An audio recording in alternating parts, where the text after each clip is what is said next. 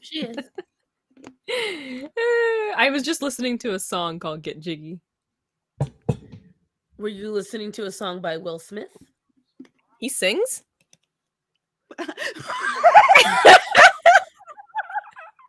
Wait, what? Peachy, The only song I've ever heard Will Smith sing is Prince Ali. Peachy, have you never seen Men in Black? I vaguely remember the first movie. I don't think I was really He kind has of a young when I whole saw it. song he did specifically. He sang in Men the movie? Black. I don't remember that at all. Yeah. Phone now. Will Smith, Men in Black. Why? I've never felt more old. In Peachy's Fresh Prince, yes. Oh yeah, he did sing Fresh Prince Will of Bel Smith Air. sings? That's kind of rapping That's though. how he started. I'm touching my eye, by the way. Something flew in it, and it's not going away. So that's why. Anybody Peachy's age or younger, Will Smith was a rapper, an R&B artist. Before Jada took his balls and he won't do anything anymore. My God. Oh Hello, my God, Green. that's Hello. I Andy. want to talk about that, but I also want to put it in the grave and bury it alive. Like I am so done with Jada. I would Pinkett like Smith. to talk about that, especially like here's what I will tell anybody in the chat that loves me. And you guys have been all very sweet. I'm gonna state this now. Tomorrow night, you will hear all the gritty details about my very shitty week.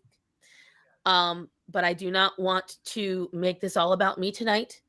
So, because Faye and Peachy have listened to me whine, that's why we're late. Because He wasn't whining. No. they If you listened- want to talk about it, we will. I would love to talk about it. and I think next week after I want because we got some good stuff to you have Peachy's brought up a lot of really good stuff that we could talk about. But both of them have been extremely kind and loving and gentle with me. But everyone here, you all know that tomorrow night is animal night. We will talk about it then. But that's why we were late, and that's why I look like I gained back all the weight that I lost. Because I have cried myself to swelling this week, and it's been pretty rough. Oh, I will, Rachel. Yeah, I am worried that I'm gonna get an influx of shit this week in a good way, not a bad. Okay. But that's why we were late. Also, we were sharing some issues. We all had a little bit of stuff to talk about. Plus, I had to do. So now that we have done it, I do think. Do we want to do Faye? Question: do we want to do the video first, or since we've already gone into the Will Smith topic, who wants to talk about the psychopath first? I don't want to talk about Will Smith and his. I don't want to. I think we can brief it and just kind of give our opinions and take on it. I've talked about it a lot, and I actually talked about it last week. Oh, did you? you? In the podcast, yes. Here's what I will say. The kids, this explains them very much now. Yeah. We always wondered why, with such stable parents and loving home, how did these two kids come out that level of fucked up? You know, they let their son leave their house at 16, right? Huh? They let their son move out at 16. She got together with Jaden's. She had a best friend at the time. I was like, what is? She had an entanglement. Thank you. Cradle robbing, like. Oh, you're not the only one that's so sick of her. And people are like, why is she coming out now? Why is she because of her stupid book? No, she's using. I know exactly what it is. I think the book is definitely helpful. She wants to punish Will Smith. For what? What? She never wanted to marry him. She said at the intent. She has been saying this for years. She leave never. Him. Oh my Lord! Just leave went him. down the aisle crying because she did not want to marry him, and still married him. Okay, and so this is, in my opinion, I know vindictive women like this. I know people like this. She felt because Tupac was dead that she had to marry Will. I really do feel this. And she is mad at Will. And so because she is stuck with him and because he is now a bigger star than her, she has to punish him. She also knows she can get away with it because Will Smith doesn't believe in divorce. Will Smith was dragged kicking and screaming from his first marriage. And he has done nothing but be a good husband, no matter what she's done. And so what does she keep doing? She keeps escalating it. She keeps escalating. That video where she traps him in the house and chases him down, when she first talks about the entanglement and they talk about separating for a little while on Red Table Talk. Then next thing you know, she's revealing in the book. And the thing is, now she's swapping back and forth because she claimed that they have been separated this whole time. And then right after, she even gaslights Hoda. She's like, no, I didn't say we're still separated. No, we're working things out now. And Hoda's like, Lord. And we've come to a point where no one even feels bad for Will Smith. We can't anymore. It's not even pity. It's just, what do you... No, because that's him living up. So Will Smith had explained in a video before why he doesn't agree with the divorce, why he doesn't believe in it, and why he stays committed to a relationship. So in his mind, should he probably leave? Yes. Will he probably leave? No. Because in his mind, his wife is his wife, and that's it. Like Starson said, his last marriage, he left kicking and screaming because he didn't file for divorce. She did. And until Jada decides to file for divorce and actually make it a thing, Will's not going to do it. He's going to buckle down and suffer because he believes that is it. His wife is his wife. They made that commitment and there's no leaving it. I feel really bad for him. He is a true traditional man. He is what most women want in a husband. But the problem is, I think one of the reasons Jada is punishing Will is because he's not Tupac. And because he's not Tupac. What did Tupac must have had something. Yeah, his dick and Jada. And guess what? He dead now. The only thing he has is 2 bullets in a grave. And so the problem is... Damn! Stop pining over a man who's been dead for 30 years, bitch. You've got another one who's He is forever now a time capsule. Exactly. She doesn't know what he would be like 20 years from now. The thing is, he could have been another Will Smith. Tupac brought her this giant-ass bouquet of roses, but he did not want a relationship with her. He is the definition. Why would he buy her roses then? He bought her roses because that is what toxic people do when they want to keep you under their thumb, but never want to commit. Just enough to want to, just enough that you want to stay. Just enough to keep you from leaving. Why? That's it. They're just why do they want them? They just like the attention. It's just like that. They hand you crumbs. Because you're hungry? Here you go. You hungry? Here you go. Here you go. I don't really. I have a friend. Okay, and I was just literally. All right, so I have a friend. I love her. She's a sweet kid, 21 years old. She had this guy. They were dating. They get engaged. A week before the wedding, he says, I can't commit. This is too much. Okay. He leaves, goes and sows his wild oats. She says, fine, we're done. She finds another relationship. He comes back. She takes him back. What? No. This is just the beginning. Okay. This is just the beginning. She takes him back, but they're not official. He's not ready to commit. He asks her to have a baby with him, but not his girlfriend. Okay. She comes and she visits him. He lives 5 hours from where we are. When she got there, he said, I know you were coming, but I have made plans to see my guys tonight so you can just chill here. He goes, hangs out with his bros, leaves his situationship at home. So she turns around, goes back here. Okay. He comes and visits her a couple of weeks later. She finds out on his phone, he still has saved videos of a girl he had sex with. Okay. She gets upset, breaks it off. Couple of weeks or months later, they make up again. She finds out, now they're officially boyfriend and girlfriend. She finds out he is still talking to and sexting and still has the video of this girl on his phone. They break up again. Says he ain't no shit.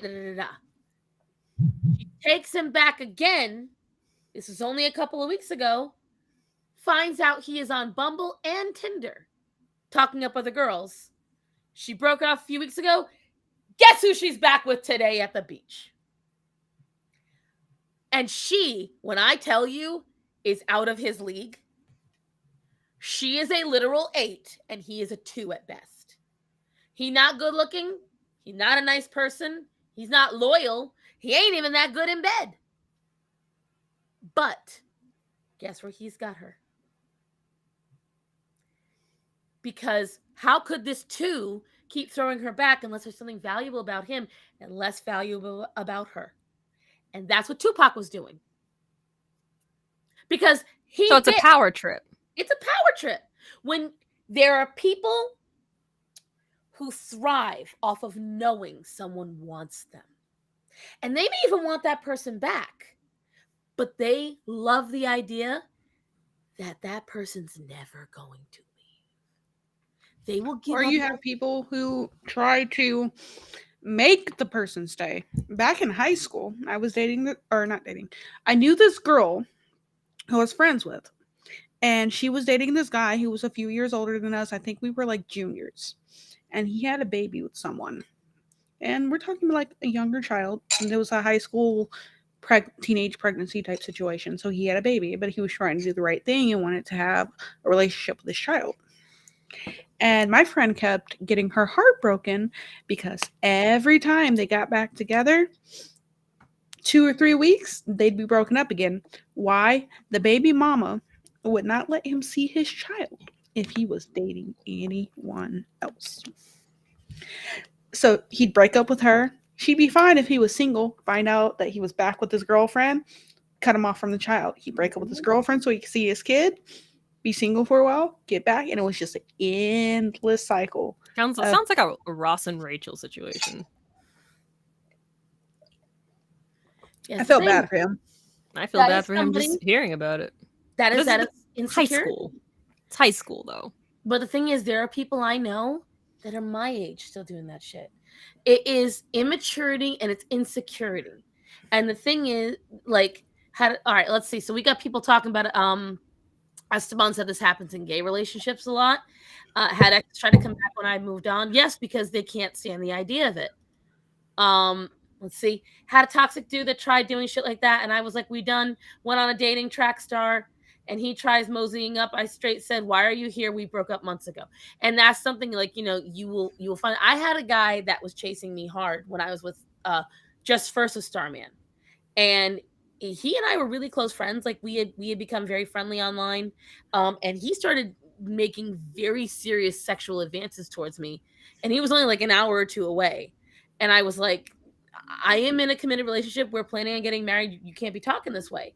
And when he found out Starman and I were getting married, I wanted to invite him to the wedding because he had moved on. He was with a girl. He said, well, I can't lie. If I get invited to the wedding, I'm going to try to steal the bride. He said, and I'm not joking. I will try to kiss you in front of everybody. And I'm like, you're not invited.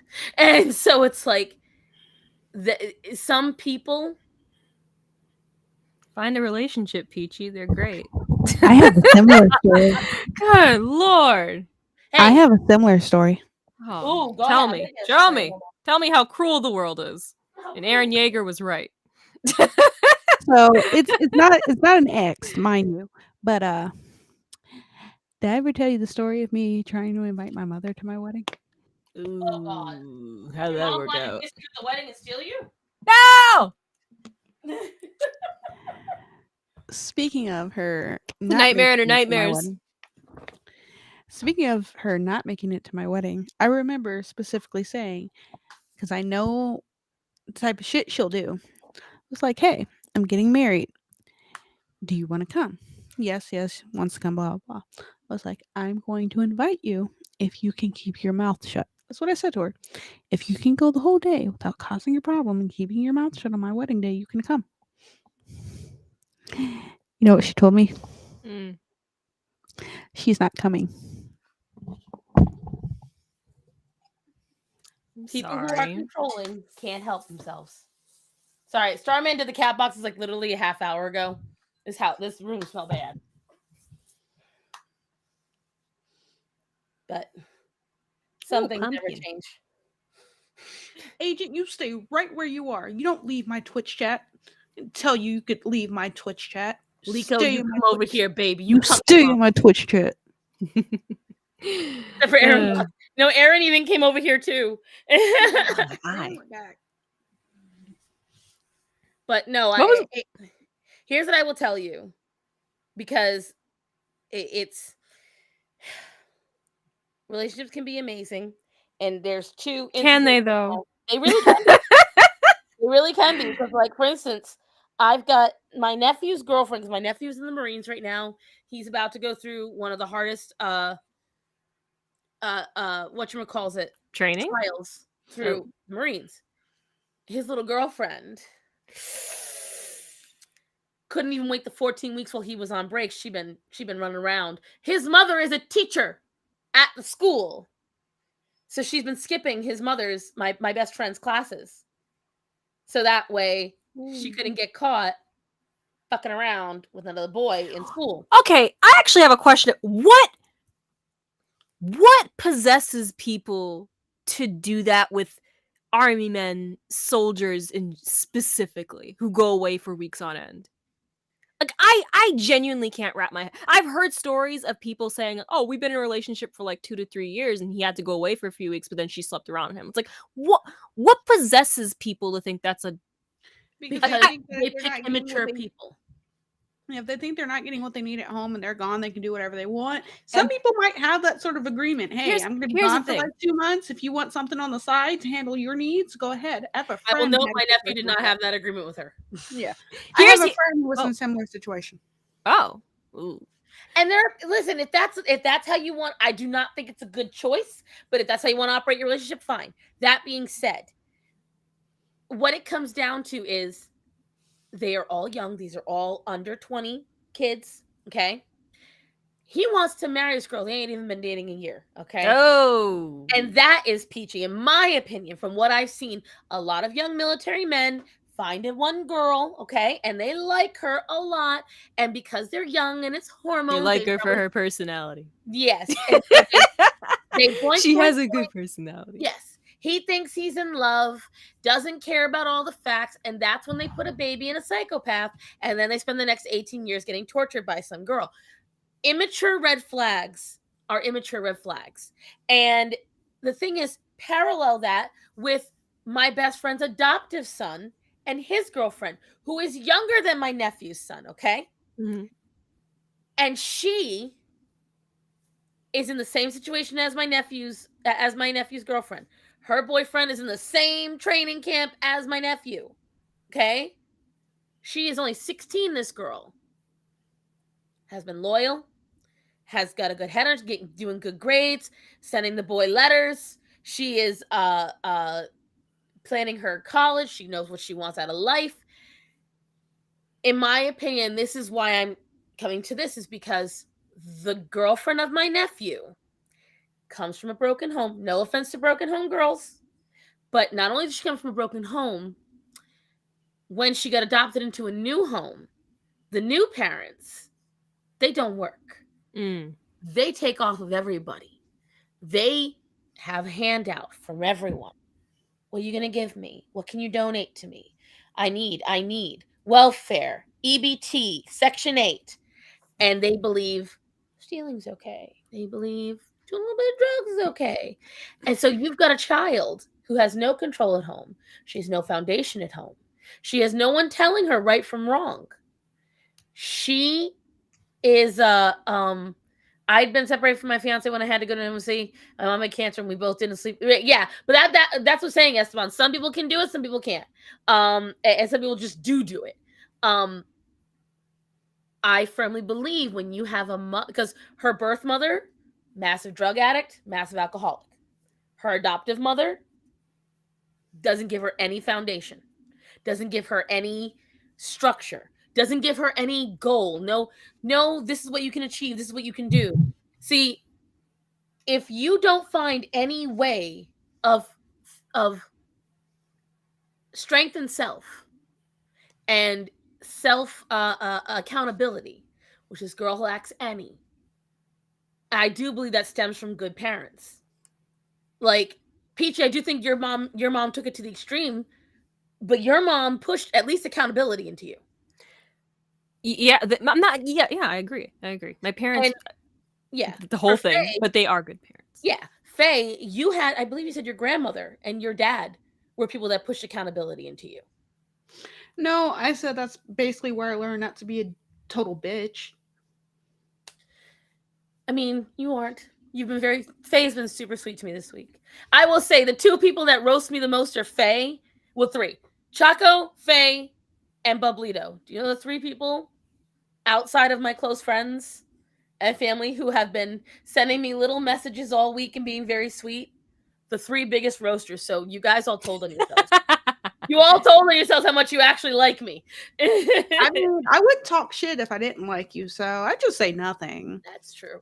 I'm going to Korea to find our soulmates. Oh, can you imagine my soulmate being in Korea? That'd be wild.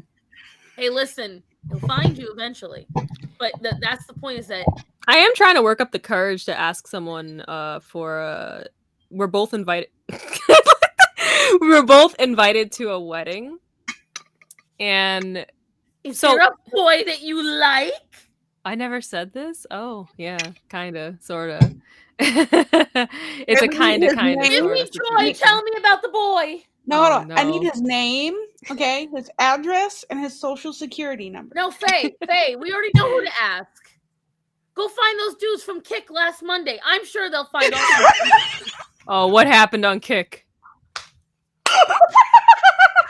What happened? I want to say what happened. So somebody tried to intimidate me last Monday. They tried to dox me. Ooh. I don't know what program they were using. Peachy, they got everything wrong. So let's start this out, right? They just start sending information in chat. They say her first name. They start sending like an email. Apparently, the email is like 10 years old from what she said. Like all of it was 20 years old. Wrong. So I start trolling the fuck out of these guys. I found the Kick because it wasn't Starzan's Kick. It was Horror's Kick. I went to Kick and I was like, "What the fuck's going on?" Because I'm here for the drama.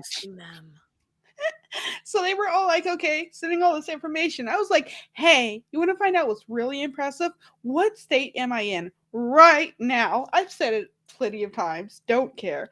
They're all like, Virginia. I was like, dude, I haven't been in Virginia since I was conceived, man. You're wrong. Yeah, you want to know how, and here's the thing, Peachy. So they started sending my current location. Take a guess what my current location was. Go ahead. Just California. Cumberland, Rhode Island. Hey. And I was like, they were saying Woonsocket, Cumberland. Number one, even when I did live in Rhode Island, I was nowhere fucking near them. That's first of all. I'm like, keep trying. Because mind you, go ahead, chat. Now that they're not here, go ahead, guys. What state do I fucking live in? If you just go to the About Me on my fucking YouTube profile, the P.O. box gives you a hint. But it's like, when literally so they were like, Cassandra Star Sign for follows. I'm like, read it out loud, and I want you to really think that's my real name. I need you to rub both those brain cells together, baby. Come on. Because I was like, I read it out loud, and I was like, okay. Yep, that's my fake name. Which is, by the way, guys, because everyone used to make fun of me back in the day, back online when I was younger. Everything I put was fake. I never put my real name. This is why now. Because the thing is, all that information that's over 20 years old, it has fallen out of legalities. Now they can legally sell that information. And people who do want to look you up can find your old info. But they're the world's worst stalkers. I know. They were trying to find info. They only got one thing right. So they got 2 things right. They got a password. And they got one password and a stream name from my account on my Hotmail when I was 12 that I haven't been able to access since I was 16. What was the motive? They wanted to. We don't know. They didn't say what they didn't like about me. They did threaten to R-word me. Ooh. And I was and they said they wanted to R-word me and her, and we were like, oh, really?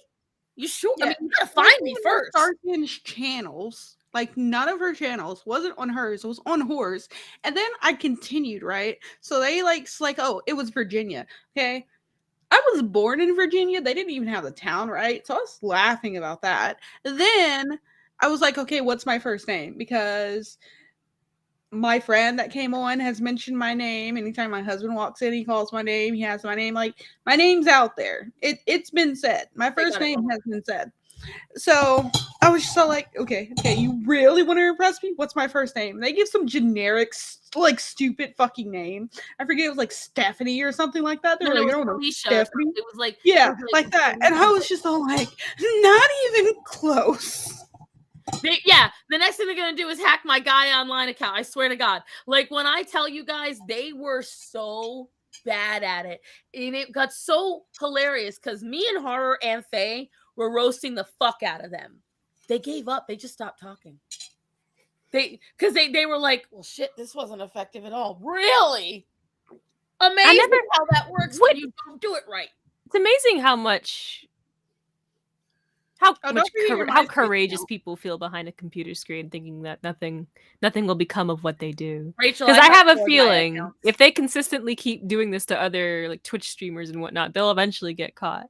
And, well, the thing is, they were like, I've been using this service for 10 years. I'm like, then you have been paying for the wrong fucking service. They were sending me IP addresses I've never had, although I don't even know my current IP address. But the point is, they were like, oh, you need to get a VPN. Cassandra Stars and False. I'm like, you need to actually really think about names. Like, do I even look like I would even remotely have the name Fafalis, which, by the way, is Grey Elf. Okay, so let's open that part up. The name Fafalis, my husband got from a Lord of the Rings generator. It's not even any ethnicity, and so it's like, when I tell you guys, out of all the attempts and threats and death threats and doxing attempts I have had, that was the funniest one. And it was like, it was live. They were clearly trying to intimidate me. Oh, and then they said my dad's name was Christian Hilson. And I was like, you didn't even get a single letter right. Like, that's not it. You weren't even in the right part of the alphabet or in the right ethnicity. Hilson. What Italian you know with the name Hilson? Oh, sweet. Sorry. What, Peachy? I just got an email from my professor. Sorry, I'm so sorry. I noticed I had an email from my professor, and she's like, "Oh, okay, I'll reopen the link tomorrow." So I do have tomorrow to finish that paper. So yeah. There you go. For those who don't know, I have been struggling to finish a paper that was due yesterday. So, and so yeah, so that's why I'm like, you know what? We know how to find Peachy's boys information. No, no, no. It's kind of like a I don't really know if there's a word for it. Like, it's a work. No, it's okay, Peachy. Here's what's gonna happen. Okay, it's a work in progress. And I'm going to invite him to go gun shopping. And when he tries to buy one, he's going to have to give his social security number so they can do a background check with the FBI. Because every state has to do this. Then I can find out if he has any sort of criminal violent history. Then we go from there. No, it's no, it's. So is he tall? Is he white? Is he black? Is he Spanish? He's taller than me. He's not. Okay, I don't know how tall you are, so I'm assuming. I'm 5'1". He's okay. How tall would he be? I don't know, 5'6" maybe. Okay, so he's just above Hobbit. All right, and all right. So he's short enough for me to beat up. What are the odds that he'll run into this channel and find everything? Okay, well, sir, understand that these are two old psychopaths. Well, actually, you're much younger. This is one old and one young psychopathic woman. If you love our child, you be nice to her, or we will find you. No, I'm an actual mother, and I will go to the ends of the earth. No, here's the thing, though. I'm not his type, and I know it. So I'm like, Really? How do you know it? Did he say, Peachy, you're not my type? Well, no, but considering his dating record, then you know nothing. That's called insecurity. That's called I just don't want to say nothing. No, and even if it okay, so I guess I'm hesitant because I have a feeling if I spend enough time around him, that's when the butterflies will start coming out. Because they're kind of there, like, and I was like, if I keep, because the last time I saw him too, I was like, okay, I'll just. Peachy, give me his phone number right now. I'm gonna call him and tell him you like him. I went on Leon's I'm gonna stream, get you a date. I told him the biggest L the biggest Why L of I all took people would you tell him? No, I didn't tell him specifically who. I just kind of gave him a hint. And I brought it up because I forgot how it even occurred, but the topic of relationships and people like getting rejected and whatnot came up. And I told him, yeah, I had my first experience of a true L relationship wise. Like every time someone asks me, what's your first, like, what's the worst experience you've had thus far? This is what I think back on. So this is a point in time. This happened last year when I kind of had the feeling of, oh, I'm getting the butterflies. Right. And then one day I get a text message from him going, hey, do you still work at this place? I'm like, yeah, I do. Oh, can you tell me if this specific product's in stock? And I was like, oh, yeah, sure. Why? Oh, well, I'm looking to maybe come in and get something for a lady friend of mine. And I was like, well, asking for your opinion, your take. And I was like, oh, okay. Gave him some opinions and takes. Like, oh, cool. Do you think you can use your discount so I can get it for my hair? I was like, ah, no. And I was like, yeah, sure. That's different. How have you spoken to this guy? The new butterfly. Tell me about the new Gabriel Agresta. I want to know. No, about this is the same butterfly. The same dude? Yeah. Okay. And how are you talking now? Like how you casual? Okay. Do you see him on the daily? No. Are you able to interact with him daily? No. If I like, hey, do you want to hang out? He'd probably say sure. Okay. Why don't you ask him on a date? The worst he can say is no. Because I'm awkward. No, and I don't think you get it. I genuinely don't think I'm his type. That's okay. Have you tried? No. But So I listen. Try. Hey, Peachy. What? Give me his number right now, and Mama will have you a date within the hour. No. No. Girl, you've never seen her. We're taking Peachy to Korea. I don't think my. You just see how cute she No, looks. it's not. No. Here's the thing. Mamas after she's washed it's her not hair. the no I'm afraid of. It's the because this is a friend group too. Okay. So I don't want it to be awkward if he says no. Has he seen you hangry? No. Let him see you hangry. If he still talks to you, then no matter what happens, there will be no awkwardness. And by the way, one date or one asking of a date isn't going to necessarily make. No, that's what I'm trying to build the courage up to do. So the thing is, in the same friend group, right? Someone's like, they're getting married, and I was like, oh, cool. She's like, hey, I want to invite a couple of you guys to my wedding. She can't invite all of us because costs and whatever. No one. She's like, okay, cool. So a few of us are going, and we're one of them. Now, I hope and pray to dear God, Lord, I hope he never sees this video because he will know who I'm talking about. So, anyways, so she invited 3 of us total, but 4 including one of our group's boyfriends. So she's bringing her boyfriend. Then it's gonna be the 2 of us together. So it's gonna be like 4 people total, but they're the ones that are dating. We're just kind of going as friends. I'm thinking, so what if I just ask him? Kiss him at the really romantic part of the wedding. Yeah. So would you want to? I don't know. Since she's bringing her boyfriend, do you want to go together or something like that? You need to get your hair side braided. Like it gets worse. What do you mean it gets worse? You need to look hot for this. So you need to look hot for this. Okay, so here's the thing, and I know you guys don't overreact. Okay, so we decided because the wedding is a few cities away. He suggested to the group saying, "Hey, why don't we all just go to an Airbnb together?" So we're all gonna be in an Airbnb after the wedding. Bring the lingerie. I knew you were gonna say something like that. No. Okay. Plan B is not that expensive. No, okay? You got condoms, real cheap. No, and I'm fighting myself tooth and nail. Is there a hot tub? Because there's a hot tub. You find out. I haven't worn a bathing suit in years, so no. Cool, get one. I don't have one.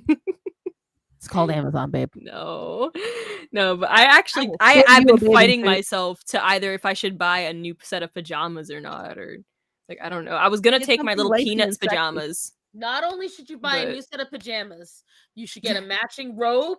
You should get matching slippers. You need to look cute. I don't even know if I want to take. I don't know. Get something lacy and sexy like a negligee. Lord. Something that shows off those nice legs and cute butt. No. If you need to do, okay? Something long enough to cover those legs. That's what the robe is for. But she has show them up a little bit. Yes, little shorts, but you have a robe on. So he can't look too much. This is a mistake. Not a mistake. This is not a mistake. This. I'm actually debating if I should show you a picture in the little group chat. Better yet, Yes. Peachy. Let me see if I You can. Do I still? absolutely Oh, should. I don't even know if I have a photo, but I remember. Let me see if I can find it. Better yet, Peachy. You can get yourself a bathing suit. It can be one piece, can be two piece, can be bikini. Get yourself one of those cover overs for your bathing suit, one of the like really like cute little open ones. If your hotel has a hot Open tub, ones? invite everybody. Yeah. Like the 2-piece? No, the robe. The robe you put Talking about over the your bathing suit. sarong. Like Oh, the flowy thing. yeah. And then invite like everyone out to the hot tub. This is two moms wanting their baby to finally grow up and have her first big girl date. But then I don't know if I can find the picture. Oh, I guess they didn't show up. It's just me and you. Oh Lord. And when you go to this wedding, Peachy, Peachy, look at me. I know you know how to do makeup. I know you know how to do the sexy makeup. You need to make sure you're wearing, listen, I don't care how 90s it sounds. You need the hoop earrings. You need to have, because you got that really gorgeous fluffy hair, do a couple of little braids right here so it leaves that little side shave kind of situation, but the rest of your hair all like big and fluffy and like, look at me. And you need to make sure you have the big hoops and find something that makes you look gorgeous. How good are you wearing heels? Okay, I'm thinking about buying a pair because I like heels though. I never owned a pair of heels. You can like them. I enjoy heels. I can walk in them. This is weird too. I've never owned like a true pair of heels. I don't see mine. No, and I think one of the reasons is every time I looked at heels, my mom was like, "No, you're too young for that." And I'm like, "Okay," and I just never wore them. Peachy. So I'm telling you, Peachy's getting shy. I am shy. I'm getting shy. Peachy. What? Focus. I'm gonna tell you right now. You want to find out if you're this man's type? Say to him, "Let's go with each other as a friend date to the wedding," and you make sure you dress to the nines. You watch what he looks at. You watch where his eyes are. That's not how I want to get his attention. Bitch, what you worried about? He already likes your personality. Now you got to make sure he's your type, okay? Whether you like it, and I'm going to tell everyone in chat, whether we all like it or not, the visuals matter just as much as the internals. And you want to make sure that he wants the visuals. I wish I had that good picture. I can't find that really nice picture. We will all play Godmother and send stuff for the ball, right?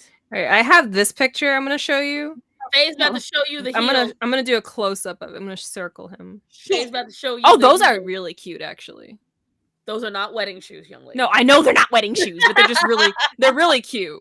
I'd wear them on like a masquerade day. They're in a box somewhere. I have really glittery stilettos. All right. Oh, look at this. Bublito just laid down some fucking facts. What? Read it. He's not with those girls. He's not with those girls anymore. Clearly, the known type aren't working out for him. I don't even know if he's dating now. That's the thing. Exactly. So no time at the present to find out. Oh Lord. Peachy, the worst thing you can find out is that he's not interested, and you'd be like, okay, and move on. All right. So I'm gonna look at her just trot away, shaking her booty while she's doing it. I wish I had Faye Queen's figure. You do. Not really. Yeah, really. No, you don't. You don't wish you had mine. I'm fat. All right. I'm gonna circle but you him. do have a nice ass. You do, Faye Queen. Even that is factual. Ah, see right here. Look at Esteban. Right. What did Esteban say? This is a very awkward picture. I'm going to show you all in the chat, in the not the Discord chat, mind you. No one else needs to know. But this is a picture of we went to a group out and eating a few months ago, and they took an awkward picture of me eating because they thought it was funny. And is he in the photo? I circled him. It's not a great picture, but you'll see what he looks like. I just need to know what the boy looks like. That's all. He kind of cute though. He kind of cute. Look at you. You're so cute. They thought it was funny, and I just got off. I just finished watching. You're looking like a little baddie right there. No, I actually just finished watching the movie was it Legally Blonde? No, Mean Girls for the first time, and I was in the pink phase, like a pink phase, and it was Wednesday, so I wore pink. I'm telling you, you look like a little baddie. See those hoop earrings? Those are the ones you'd be wearing to the wedding. I lost those earrings. I don't know where they went. Oh, they're right there. Wow, what are the odds? I forgot I found them. Peachy, notice how you just said I lost them, and then you found them in 2 seconds. No, they're hung up. They're hung up because I found them. And that's recently. how it proves to me you don't know what his type is. No, like I don't know. I'm not. And I guess one of the other things I'm really insecure about is the fact that he's actually beardo next to him. He's not too bad looking either. Oh, he has a girlfriend. Wait, who? How long has he had that girlfriend? Wait, who? I don't even know. There's only 2 dudes in the photo, girl. Oh yeah, he's had a girlfriend since like high school. They're still dating. Like he's not as the men folks say. Is he happily with her? That's what. Yeah. Oh yeah.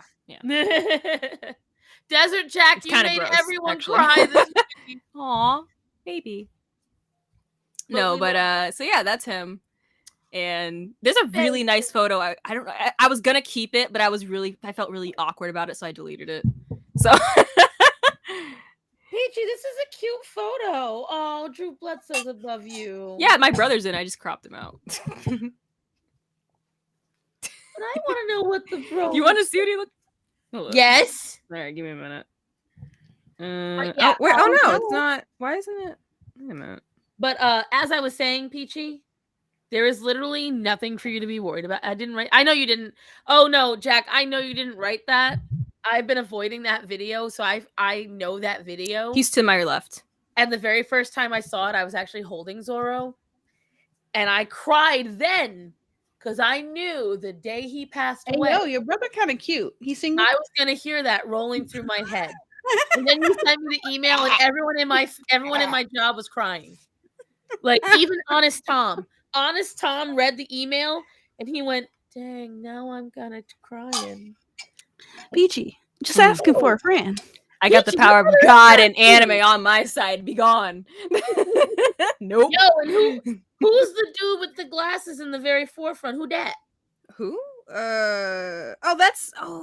I don't want to say their names because I'm also Okay, but is he someone you'd be interested in too? Because they actually fun fact. He's actually someone I crushed on hard in middle school. Now we're friends. All your friends seem kind of cute, girl.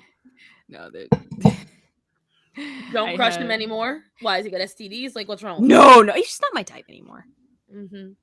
He's just a cool dude. He's a friend. Peachy's brother is, I would say, a 7 to an 8. He's not like, massively hot, but he's cute. He could be that guy if he just did his hair a bit more, if he did his facial hair. But I'm kind of glad he's not though, because then I'd have to beat people. So and Peachy, aren't you guys twins? We are. We look nothing alike though. Peachy. What? You a baddie too. You just hide it. No. Peachy. Your mother is talking right now. Do I lie? No. Am I a straight shooter? Yes. If I say you're a baddie, what does that make you? I'm a baddie. I'm sorry, I can't hear you. What? I'm a baddie. I can't hear you. What? I'm a baddie. Thank you.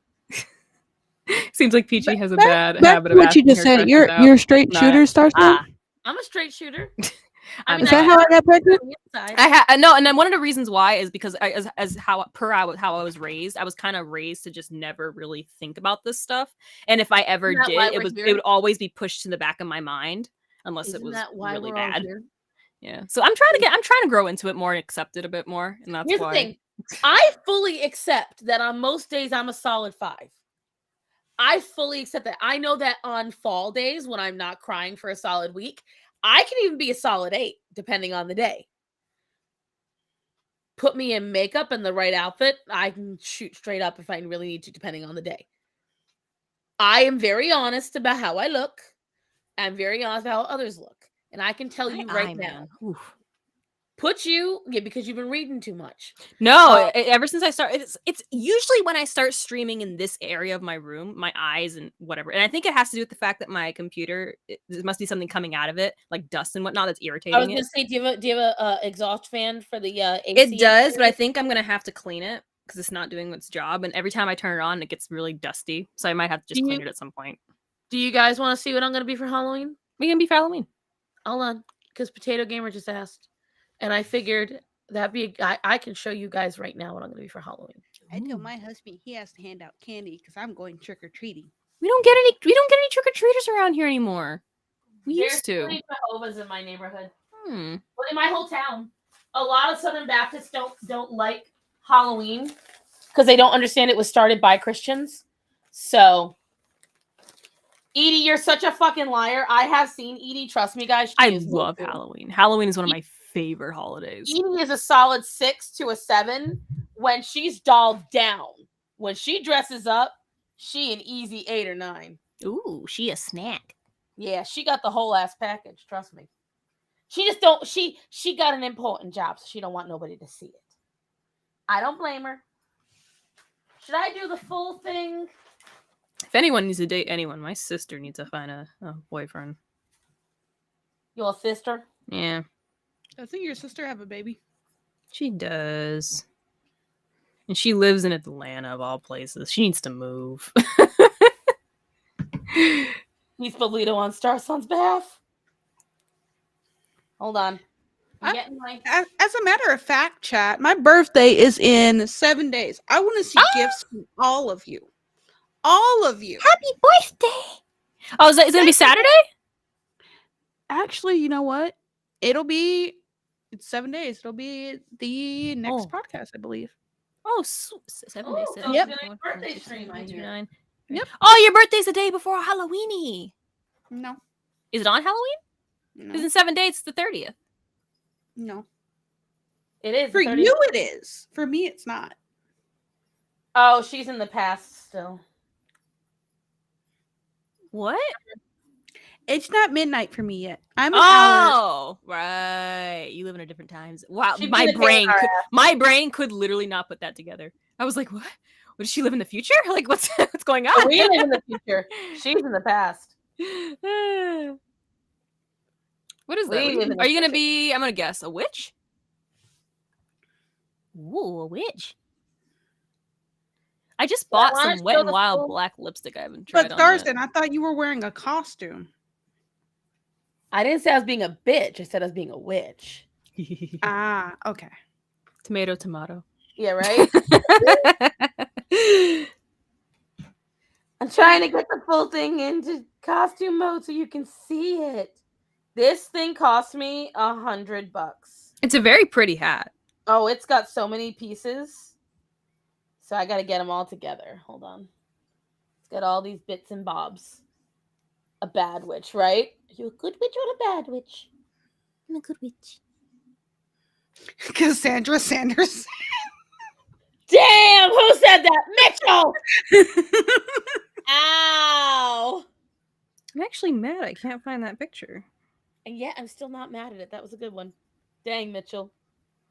He always got me. That was a good one.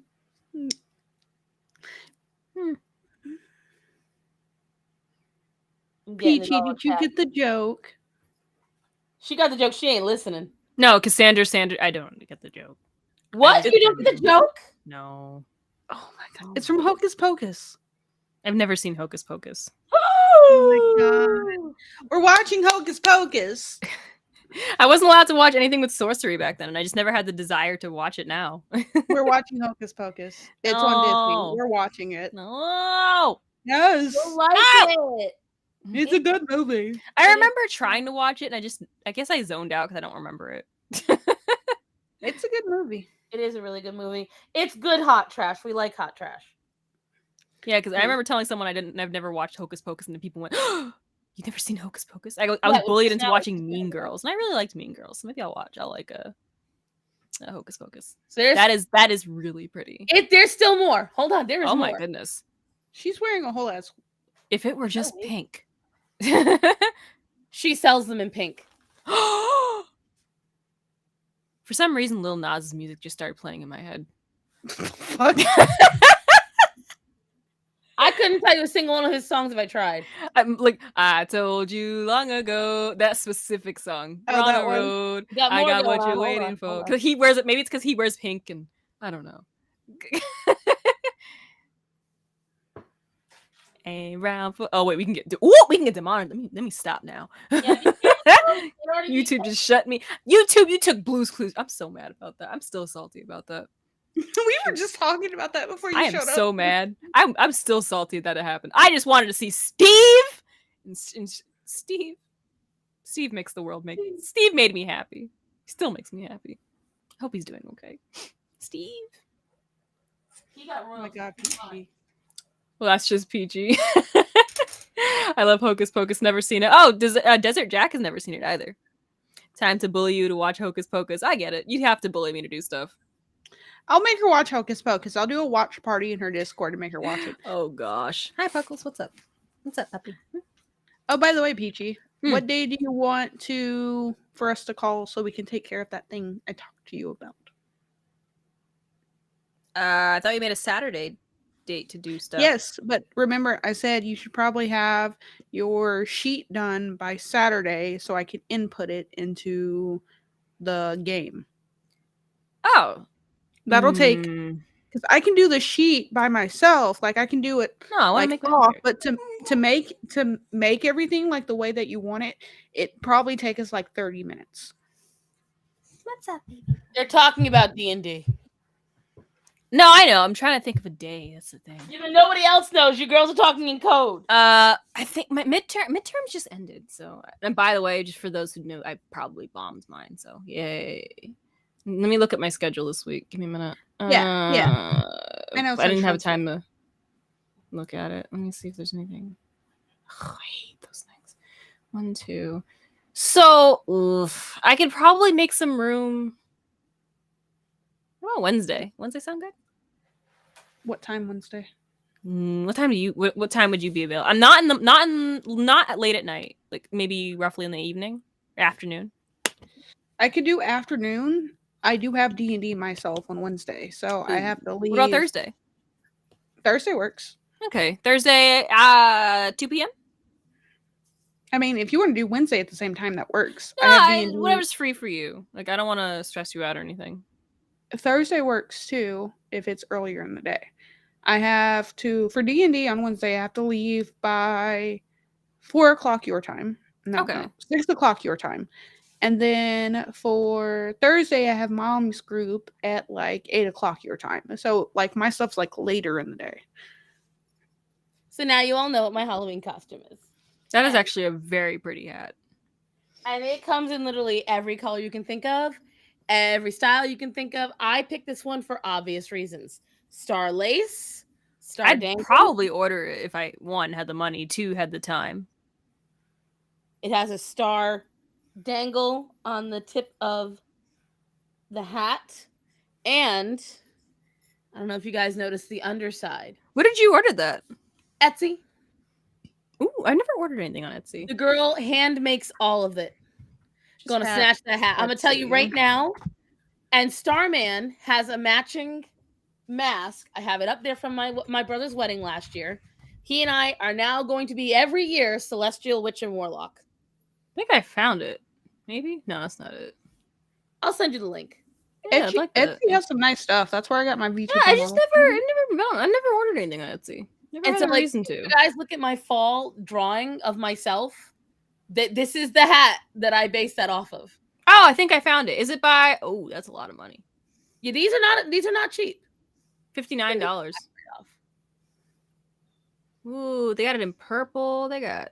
She has it in every color. Let me see the colors. How do you find the colors? You gotta go because you don't select the colors on the hat. You've got to buy each individual hat. You can't see the colors? No, because you got to go to the whole store. I am at the store.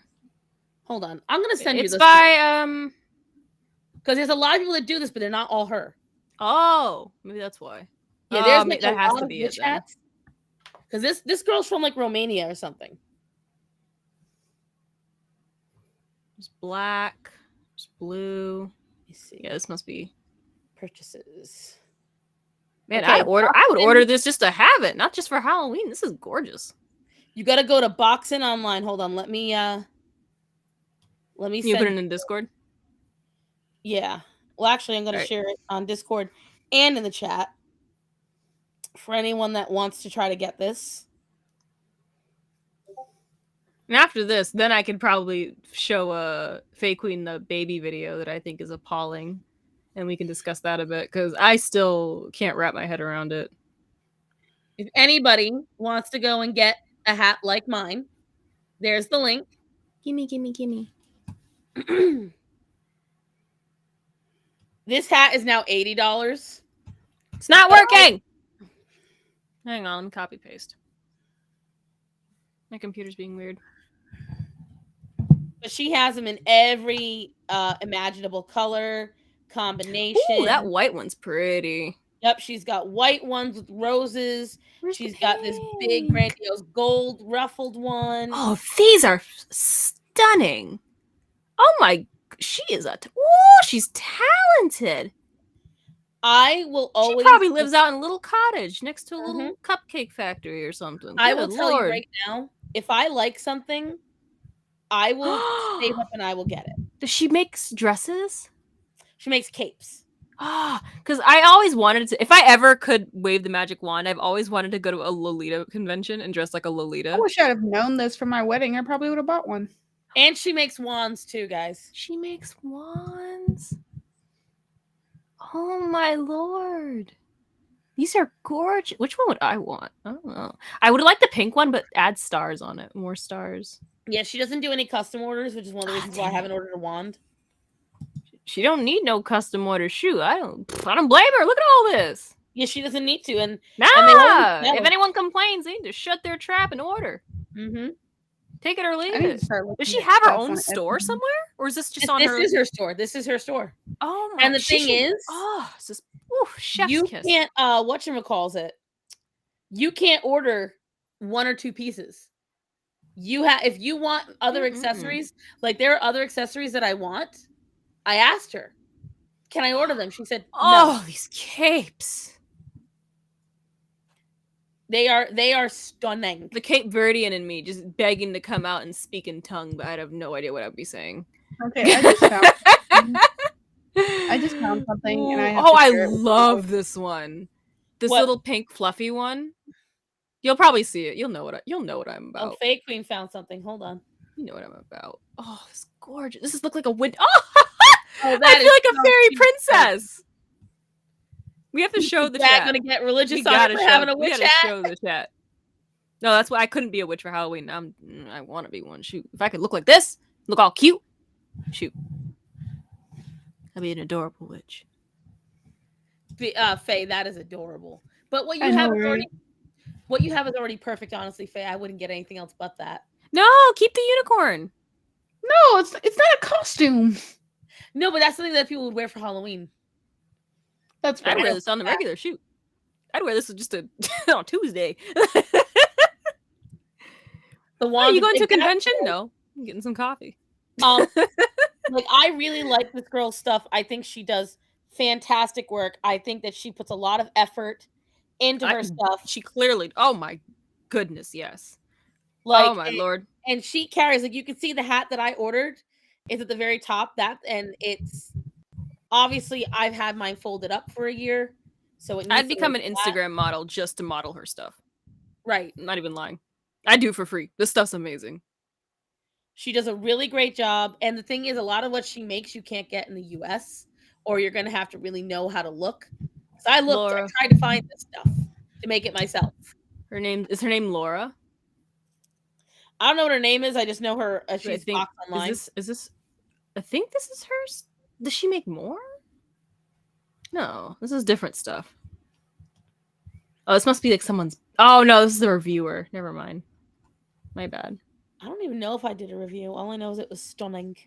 Oh, I love her. Now I gotta get on Etsy. Shoot, I'm missing out. Oh, I've been ordering from Etsy for years. I've never ordered on Etsy. I have no excuse to either. I just never did. I love Etsy. It always has such. Maybe because I don't know. I just find some good stuff there. I like supporting people who put in the effort. I would love to make my own stuff. I just don't know what to make. Oh, what's up?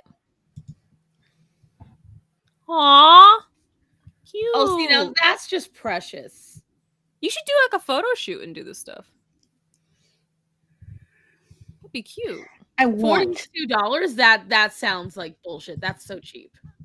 I want. I want. Okay. There we go. Mother. Now it makes sense. Okay. So it's per dress, isn't it?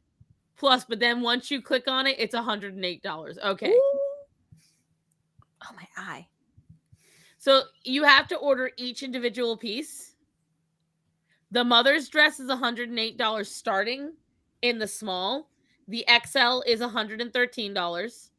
And the little girl's one goes from size 4 to 8. And they're all roughly $43 to $49. Okay. That makes way more sense. I was like, that doesn't make any sense to me. Etsy sellers don't sell cute shit like that for cheap. So cute, though. I want. I really want this. It's $167 though. Basically y'all's version of going shopping in a mall, except that's what I do.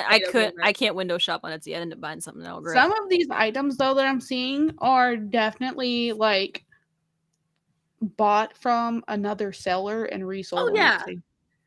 I will tell you, they do that fairly often. One of my favorite things to look up on Etsy is paint. Paint? Yes. So specifically watercolors are fantastic. And I actually found watercolor pans that are star-shaped. Sticking on the brand. I respect that. And so I think we've all figured out by now, if it's got stars on it. I have yet to find a peach pillow. You gotta be careful where you type that in.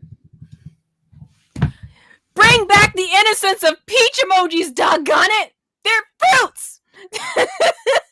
They're fruit of sin! No! That's an apple. That's a different story. And the worst thing is I bought a matching dress for this, but it was too big, and now that I've lost weight, it's especially too big. So, and I'm afraid to buy another dress. Now it's a robe. No, it's a I could make it a robe. But it's so gigantic. It's gigantic on me. It's gigantic. And the thing is, I have a lot more angry kitties now, so I have to be very careful where I lay this out. Because they do bad things. My animals are naughty. Even without Zorro here, my animals are naughty. Aw. They're bad all around. My dog's been extra bad too. Huh? Look at what I just sent. What'd you send? Let me see. I want you guys to just look at this absolute unit of fabric. You ready for this, guys? That? This is the dress that I ordered to match this hat. Okay? It's so cute. I want you to look. Thank you. At all of the fabric. Okay?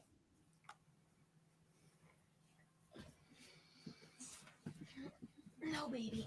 No, baby. That's very pretty. It's huge. It is huge. Like, I am... Where's the fucking scissor? Hold on. Aspetta. I can't find my scissor. I had it over here. Now I don't see it. And why is my mirror taken apart? These headphones always make my ears itch, and I don't know why. You might be allergic to something on the headphones. No, it's like after a couple hours, it's like, it makes my ears itch. Could also be maybe. Ugh, don't say that. Well, I mean, girl. Oh, I found the perfect pillow to go along with the peach ones. No, stop it! I'll buy something I don't need. Melons.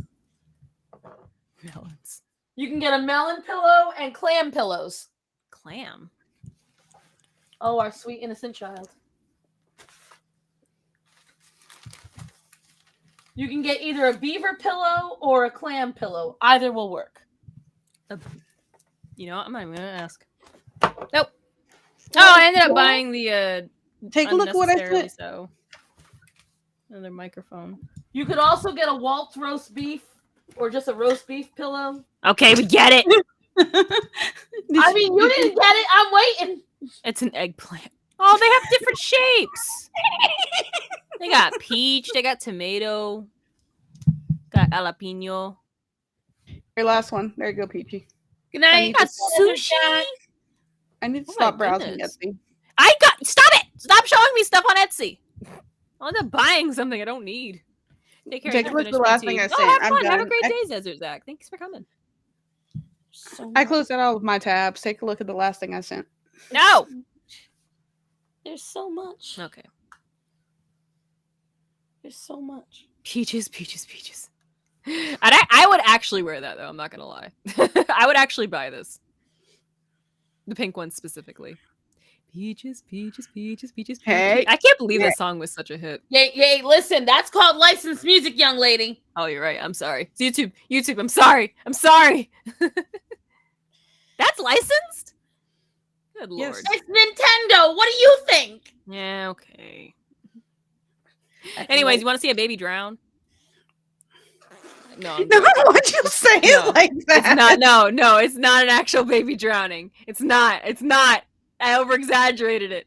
She's definitely my child. Foot in mouth syndrome.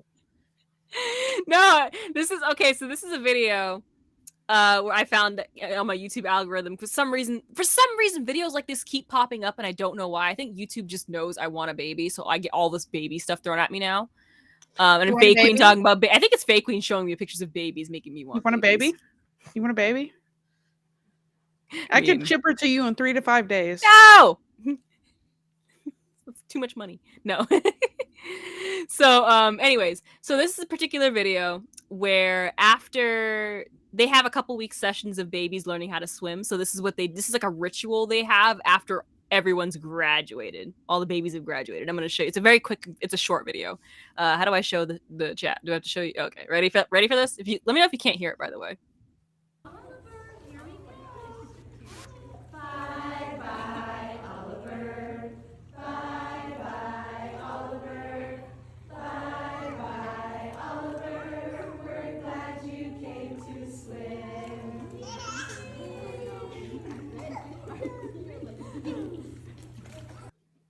Thoughts?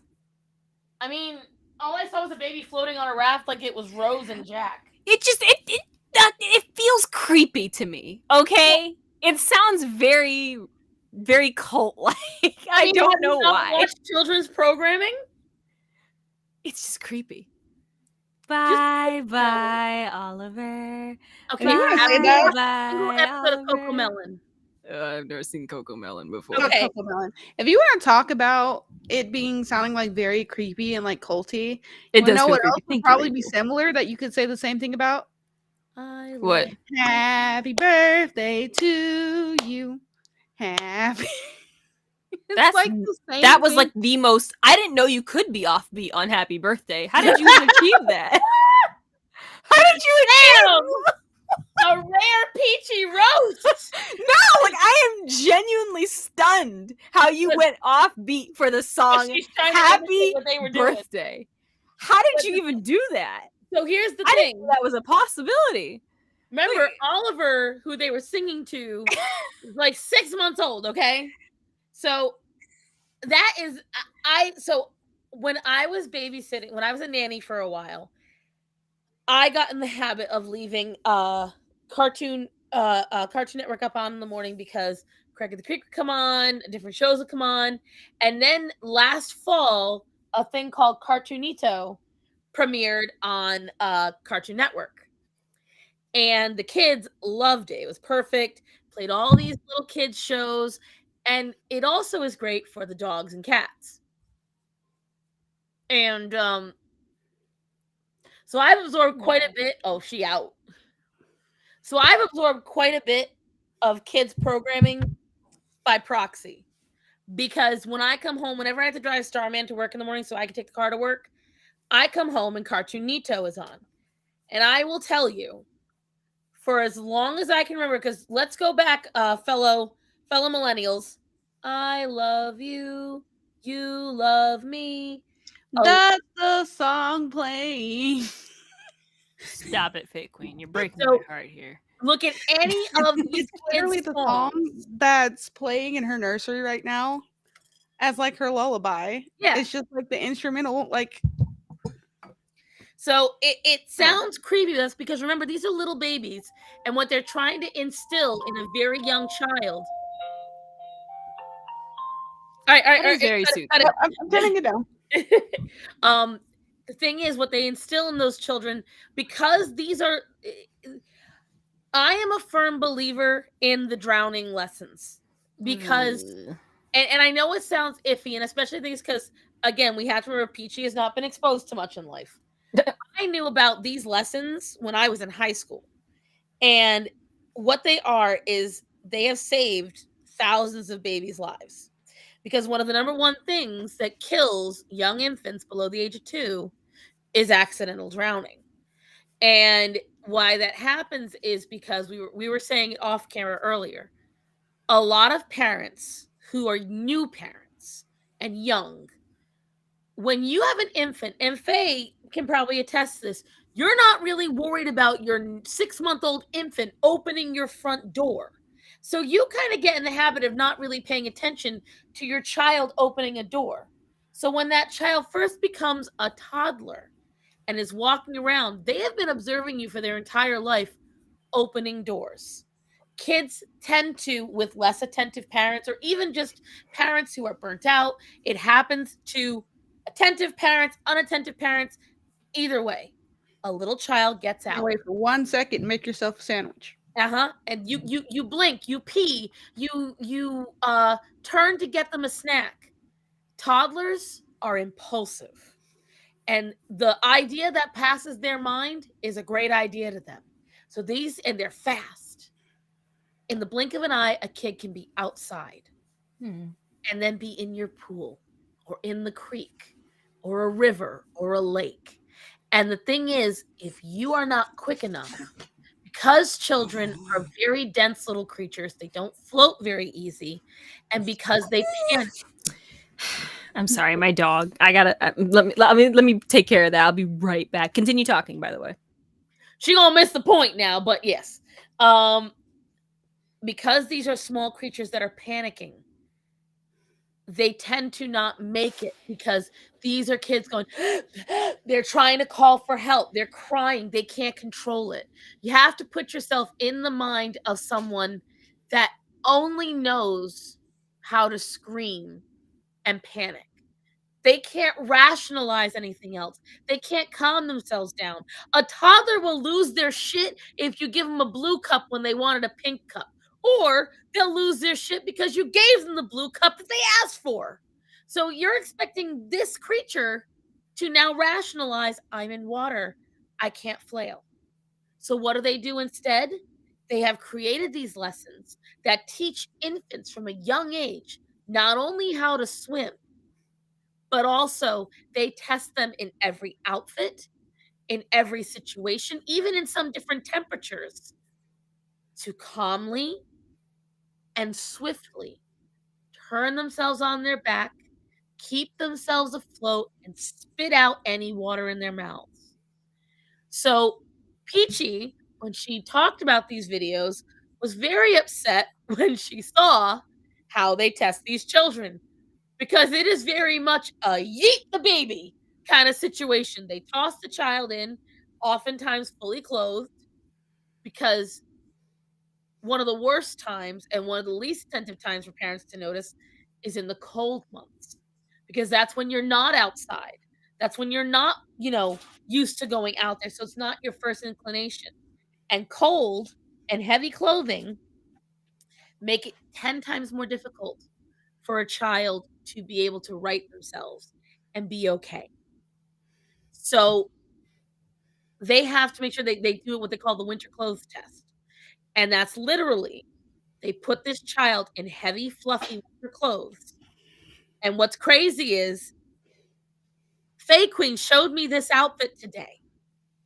I just watched a video today of a little girl in this identical outfit, which weighs close to 5 to 6 pounds when soaking wet, which is up to a third of the baby's weight. It's integral that a baby learns these things. One of my biggest fears is being trapped in a car, trying to get my kids out of the car seats in the back seat, which is why if you are a parent, or even if you're not, there are devices you can buy. They look like little glue guns or hammers, and they have a teeny tiny pinprick, and they are designed to break glass like that. They also give you, my husband actually has them from work. They have larger versions. It is a safety knife where it is, I don't feel like getting up and getting it, I but bought my it husband is a knife that has one of those like glass breakers on the end. You just like right. hold the knife and like break the glass with it. The safety knife that I'm talking about is designed to slice through flat things. So Yeah. my husband has it because of work. So it is about that long and flat, and on the top it hooks over like this, and in the hook there's a very sharp blade. It's designed to, you put it on the edge of the belt and you swipe down and it opens the belt up immediately. And Yeah. so Seatbelt cutters. yep, exactly. I know them as safety cutters. And car glass is almost impossible to break underwater. It's why you've got to get specifically the glass breakers. These things are designed to do it under high pressure. I think I recommended a video about this talk before the podcast. Funny how that works. That is actually kind of funny. But that's why for Peachy, and this is where, again, this is how you see, and this actually, brings a full circle on why being smothered as a child and being too protected, that is something that for most adults, we see these lessons and it is not upsetting in any way for us to see it. We think, wow, there's a glass breaker that is powered by a piston. Exactly. You can get those ones as well. But like I was saying, for all of us in this chat, these are all very obvious things. We think about, wow, that's fantastic. A kid's not going to drown. Peachy was very much disturbed by it and didn't understand how that was even a thing. And we're still, as you guys saw, she's like, oh, I still don't understand, because it doesn't get brought up to her enough. That's a very scary and sad reality. There are parents out there that teach their toddlers too how to react when they're in water and to calmly turn themselves over, do it themselves at home if they have pools. See, I if saw a the legs video are on about the it. Like, I saw a video about it probably like a week and a half, maybe 2 weeks ago. There's just a dad who put his son in the pool, and his son like starts flailing a little bit. And he was like, "No, no, what did you do?" And his son like calmed down, flipped over, and started like kicking his legs back towards the edge. And then he turned around and looked and saw that he was still a little bit away from it, and kept turning around, seeing where he was, flipping back over and getting back to the edge. And his dad did not help him at all. Mm-hmm. And they sometimes teach these kids, if they're vocal, shout, make noise. And these are things that are just important. Like, there are some countries that apparently you don't have to worry about stuff, and that's great. Like, where safety for kids, and a fly just dive by my ear. Like, there's a above ground pool at our neighbor's house next door, which it would take a lot for her to get up there, because you have to open the gate, which is like taller than me, taller than my husband. She have to unlatch the gate, go in there, climb up the stairs to their deck. And the thing is, like, it's also a killer of cats and dogs. Like, it's something that is fairly often, like, every year, usually in the middle of winter, people who go ice fishing will find animals frozen in the ice. Something that happens fairly often to cats, their paws get frozen to something and then they can't move. Deer, fox, all of them. This is something that it is important to teach. And that's why I do believe, like, if you have a body of water at your house, in my opinion, a fence, a cover, something to lock it up is integral. Like, there are because dogs tend to be they're very sensory. And I think I'll bring this up tomorrow night on the Amarada show, the Star Marada show. They'll do these stretch things, but if you only do a net, the dog can still break the net and get through. You really should get the tarp. That is I would say that'd be the most ideal. Get a tarp, make sure it's one of those strong nylon tarps, and have it stretched and really fixated to the pool. Because as someone who's experienced near drowning, and I was only in 10 feet of water. Sorry about that. All right, so Peachy. Yeah, Pop-Tart got stuck in the toaster. Your Pop-Tart got stuck in the toaster. One of them. This is only one. So my question is, Peachy, how do you feel about the idea of teaching your child not to drown? I mean, I don't want him dead. Right, but why was it so surprising to you to even see the videos? No, okay. And I've said this before off stream. I think this also probably comes from I have a fear of drowning myself. I've had two personal that I can recall of almost drowning in my life. So when I see stuff like this, it somewhat triggers something in me. Specifically the videos. Let me finish chewing. Specifically the videos of mothers when they toss their babies. Like just randomly toss them into the water and they see them flailing and like going about and they're just, oh, look at them. And they're just smiling as this child is drowning in my eyes. But they're not. But I also get your point. I did hear some bits and pieces of when you said like you can lose it takes 2 seconds to lose a child and it takes 2 seconds for them to lose their life. And I guess to that I say if you don't live in, and I also grew up in an area where there's like literally no body of water near me. I don't have a pool. I know where you live. No, the closest area, if I were like 4 years old, it would have literally taken me hours to get to like the nearest like lake. Take me now 15 minutes tops. But a pool. We don't have a pool. You don't. But you don't know if any of the neighbors do. They don't. There could be a hotel nearby. There isn't. YMCA. You don't know, but babe, that's what I'm saying. There could be a koi pond. You do not know the topography of every single house in your neighborhood. You don't know. A 10-minute walk for a toddler, or let's say they get out. How many times we've seen kids that get lost in the woods? You don't know. Even a small pond could kill a kid. True. So as I'm saying, like, I get what you're saying. Like, we're not near any large bodies of water. It doesn't have to be large. It can be a koi pond. Your kid can drown in 2 feet of water. Less if they're not smart. Uh-oh. Oh. Fake Queen, you kind of frozen a bit. She freezing a little bit. Uh-oh.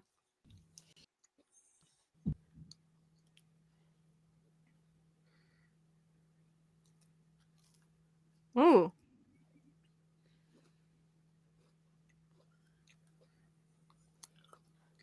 Y'all are delicate.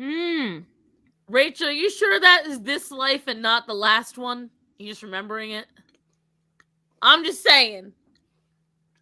Yeah, but I guess now with this information, if I do have kids in the future, it's definitely something I have to keep in mind. But I wouldn't be in a hurry. See, for me, Jade, I don't agree with it being trauma, in my personal opinion. Yeah. Here's why I don't see it as trauma. Here's why. I am a firm believer in you have to experience the bad first, so you understand how to. I believe in failure. I believe in failure. I think it's integral to a person's growth. I think if you never experience the failure or the scary or the traumatic, you have a much harder time getting through if it ever happens. You have to be like, my brother nearly drowned me because he wanted to teach me the dead man's float by almost making me a dead man. He grabbed me by my ankles, put me face down in the water, and dragged me around the pool. And he believed this would teach me. I drank more chlorine that day than ever mind. And I did learn the dead man's float, but I also float naturally because my ass is so big. That's first thing. That was embarrassing. Oh, that's another story. Never mind. And so what I was saying is, like, the kid has to learn the difference. And the thing is, they get past it, they grow with it, but they're babies in the scenario. I can understand that logic for adolescents, but that's the thing, they don't. Afterwards, the kids are quite happy and blissful. It teaches them to not be afraid of the water at all. And it teaches them that they can conquer that fear. it is a baseline thing. Like, I'm not saying the intricacies. That's not the word. There's a different way of saying it. It's a different version, but either way, it's late and my brain is fuddled. It teaches the kids that after the panic, just like every other thing toddlers go through, like when toddlers have their first meltdown and they freak out and nothing changes, the kids eventually learn they can't have that meltdown and freak out, that they have to get past it. Hello, Dylan. Hi. Come on. Let's go. Come on. Let's go. Come on. I'm not picking you up. No, you want pets? You're gonna come over here. What do you want? Puckles, no. No. Axel. You want attention? What do you What? want? You need me to look at you? Come on. Animals just require attention tonight. He has been him and Ryan have been all over me this week. Aww. Because they can sense your sadness. Well, they also. But the thing is, Jedi is the whole point is to prevent your children from drowning when they're too young to learn how to do those things.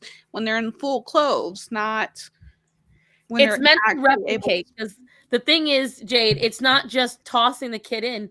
It's meant to replicate if a small child gets in, you know, how to right themselves in a scary situation, because the kid may be walking along and not paying attention, could fall into a pool that is tarped. And then they have that panic moment. You got to teach them to get past the panic. Because the thing is, if the kid only knows the soft and gentle approach, sometimes they don't understand that difference. So for me, again, I believe in the trauma, because then you learn to conquer it. Because the thing is, you can learn to always get the answers right on a test. But then what happens when you get it wrong? You cry. You cry, you flip out. Like, you know you could get it wrong. And so it's just stuff like that. Like, obviously, it's a little bit different. One's life-threatening, one's just a little disappointing. But the idea is still the same. I've met a lot of people who believe that no one should suffer and no one should go through any trauma. And they are the people that I know that have the hardest time dealing with reality. But I think there's a difference between self-inflicting trauma and actual, like, natural trauma. Like, my drowning, my supposed drowning when I was, how old was I? Like 6 years old, right? That's not something my father went, okay, and just tossed me into the ocean. That happened because I think from what I recall, we were at the beach. And we were like, Daddy, we want to go deeper. We want to go deeper into the ocean. And he was like, oh, it's not a great idea. No, It's not a great idea. He's like, okay, I guess it's a pretty good idea. The narrator said it was not a great idea. So he took us out. We were in little floaties, right? We had 2 separate ones. And I guess I don't remember all the details. Again, it's kind of wishy-washy. My dad had to take us back onto shore, but I guess he could only take us back one at a time, because if he tried taking us 2 of us, it would just teeter. It was the waves weren't great. So he took my brother back first. And I was kind of just floating and waiting. But then I thought, I can swim back by myself. And the narrator said she could not swim back by herself. So I didn't let go of the floaty and try swimming. I tried kicking, but I guess, I don't know. I'm tiny baby, stupid arms, right? I ended up falling off the floaty. And, because you lack control, proceeded to drown. Yeah. And my dad came and got me. I asked him about that years later. He was like, oh, it wasn't even that deep. Here's the thing. He's like, Father, you forget I'm short. So I will tell you, knowing what I know now. So I used to be one of those kids that would go until I was up to my chin in the ocean. And I wouldn't do it fairly often because I had a healthy fear of Jaws. And plus, when you swim in New England waters, I'm gonna warn you guys, anything past 3 feet, you can't see the bottom. No, that's another reason why I freaked out. And I need to ask you guys for your personal experiences too. Faye Quinn, have you ever drowned or almost drowned? Have you ever drowned? I mean, I've gotten close a couple of times. Okay, let me ask you this, because I remember specifically, this is something that's instilled in my mind. I had the clearest vision underwater when I was drowning. You know how your senses just kick into overdrive when you know you're drowning or you're dying? Like, you can hear everything, you can see everything, you can smell everything, like your senses kick in. I remember seeing the water, not like the water's still dark, right? I remember being able to see my hands. I could see my feet. I could see a little bit of the ground when I had to kick up and push myself back up. And I remember, months after getting over it and going back into the water, I tried opening my eyes again, obviously blurry and murky and whatever. I still recall that and think it's how weird it was. And I asked someone about that. And they're like, no, that shouldn't be possible. So did that happen to you guys? It's like in the lake it did, but not in the ocean. I think that was probably more of like a mental response to you. Maybe. Because it's kind of like the same thing where you can't lift. I would think of it as the same thing where you become able to do things you can't normally do. It's the same thing of not being able to lift very much, but your child gets trapped underneath something and suddenly you can lift 3 times your body weight. So it could have been an adrenaline thing. That was very fascinating. Sharks that are on the reef are a lot different than sharks that are swimming near New England oceans, because you got to realize something. The ocean is completely different there. The topography is completely different, and the way they hunt is completely different. If they're near the shore, they are completely in hunt mode, whereas sharks often live on the reef. Those are usually reef sharks. And so they might come up, they might test you. If a shark is near the surface and near the shore in New England, they are chasing something. And they might mistake you for what they're chasing. I have been surrounded by large silvery fish being chased by larger animals just slightly off.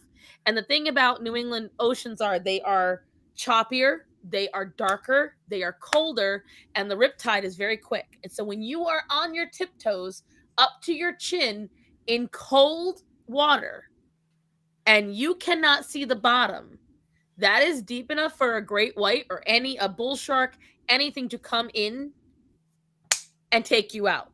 That is very real, very possible. And they very much tell you don't do it. They warn you. That's probably what happened to the dude that jumped off that cruise ship. I still think about him.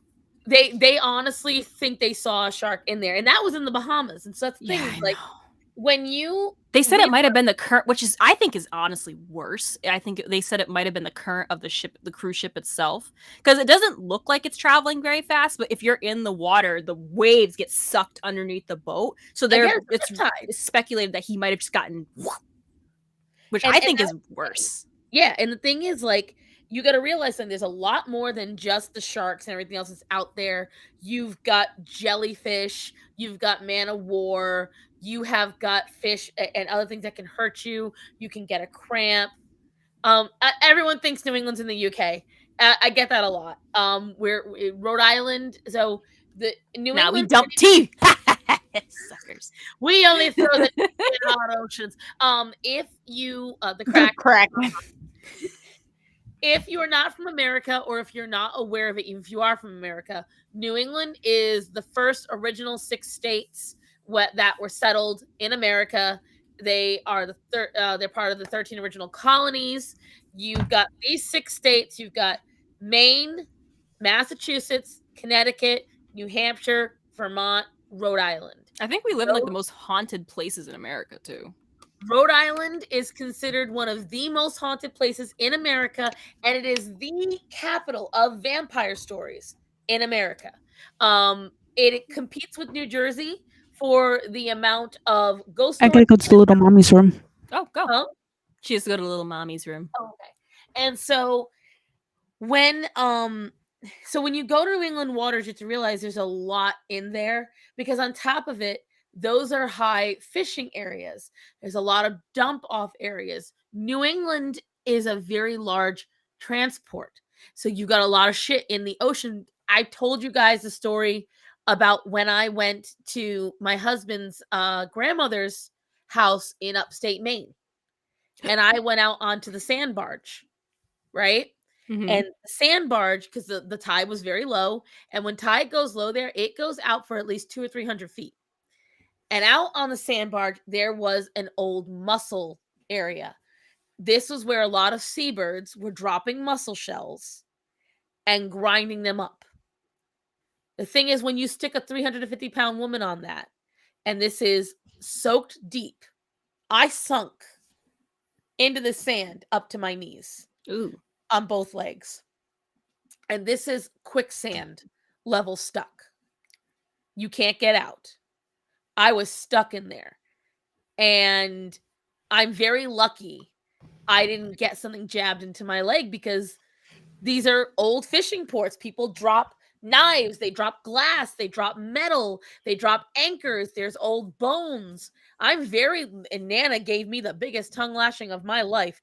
Do you have any idea what could have happened to you? Do you know what's in that sand? You're a fucking idiot. And I was like, yes, Nana. And mind you, I couldn't say fucking to her. But she was very mad at me, very mad.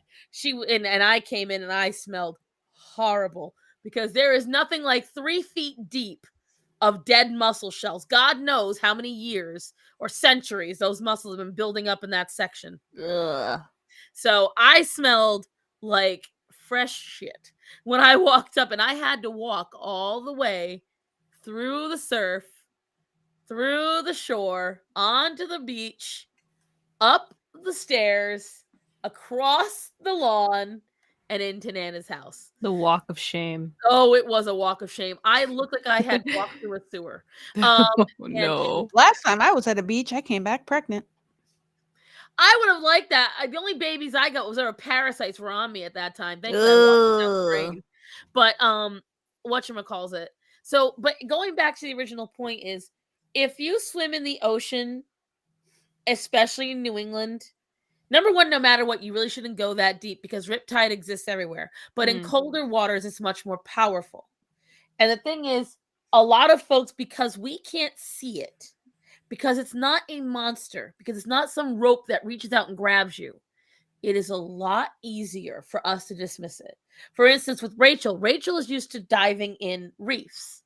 Rachel is used to diving in clear water. That sounds nice. It sounds beautiful. Sounds lovely. But the thing is, it's a lot easier to dive in that water for one very easy reason. You can see.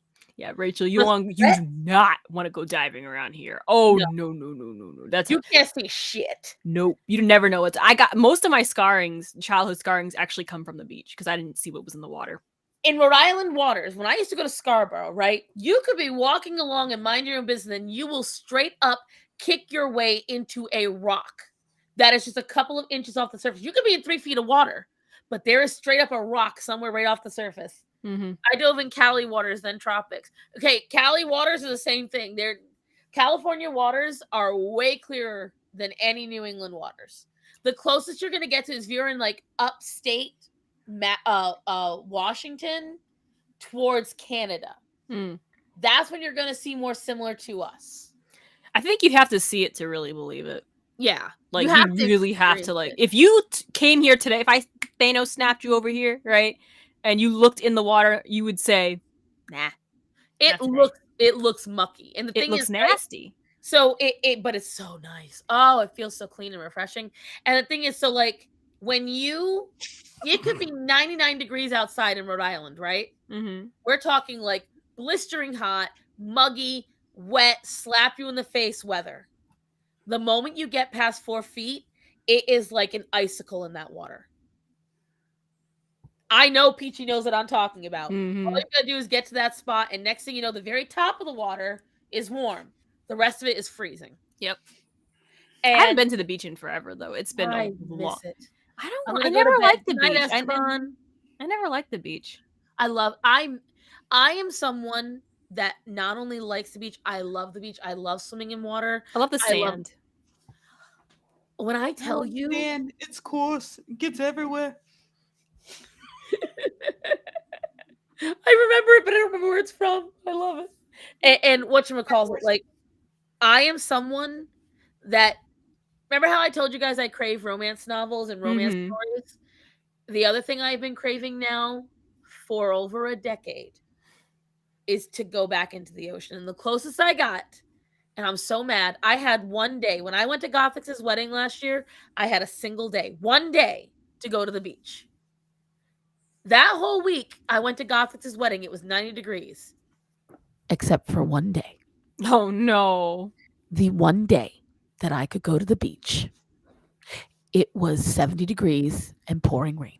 No. wasn't meant to be. No. And the freezing wind was freezing. But I sat there. I at least stood there, spread my arms, and I breathed in that beautiful salty air. Because I'll tell you right now, you go to Myrtle Beach, you ain't smelling that. You smelling chlorine and fucking sunblock and depression. Maybe it's my Disney princess powers because I get pulled out to sea and spat back in the tumble. But again, it's different. Where on that coast, it's different, Rachel. Mm-hmm. Everyone that I hear from California has different stories about the ocean than we do in New England. Not even the fish in New England like the ocean. Like, No. it's bad. Like, I'm trying to tell you, girl. I hear the stories you're telling. I understand. I hear all the time from West Coasters. Oh, I'm Moana. The ocean is a friend of mine. No, New England, the ocean's like, all right, bitch, you're gonna come in here. You're gonna get a little wet.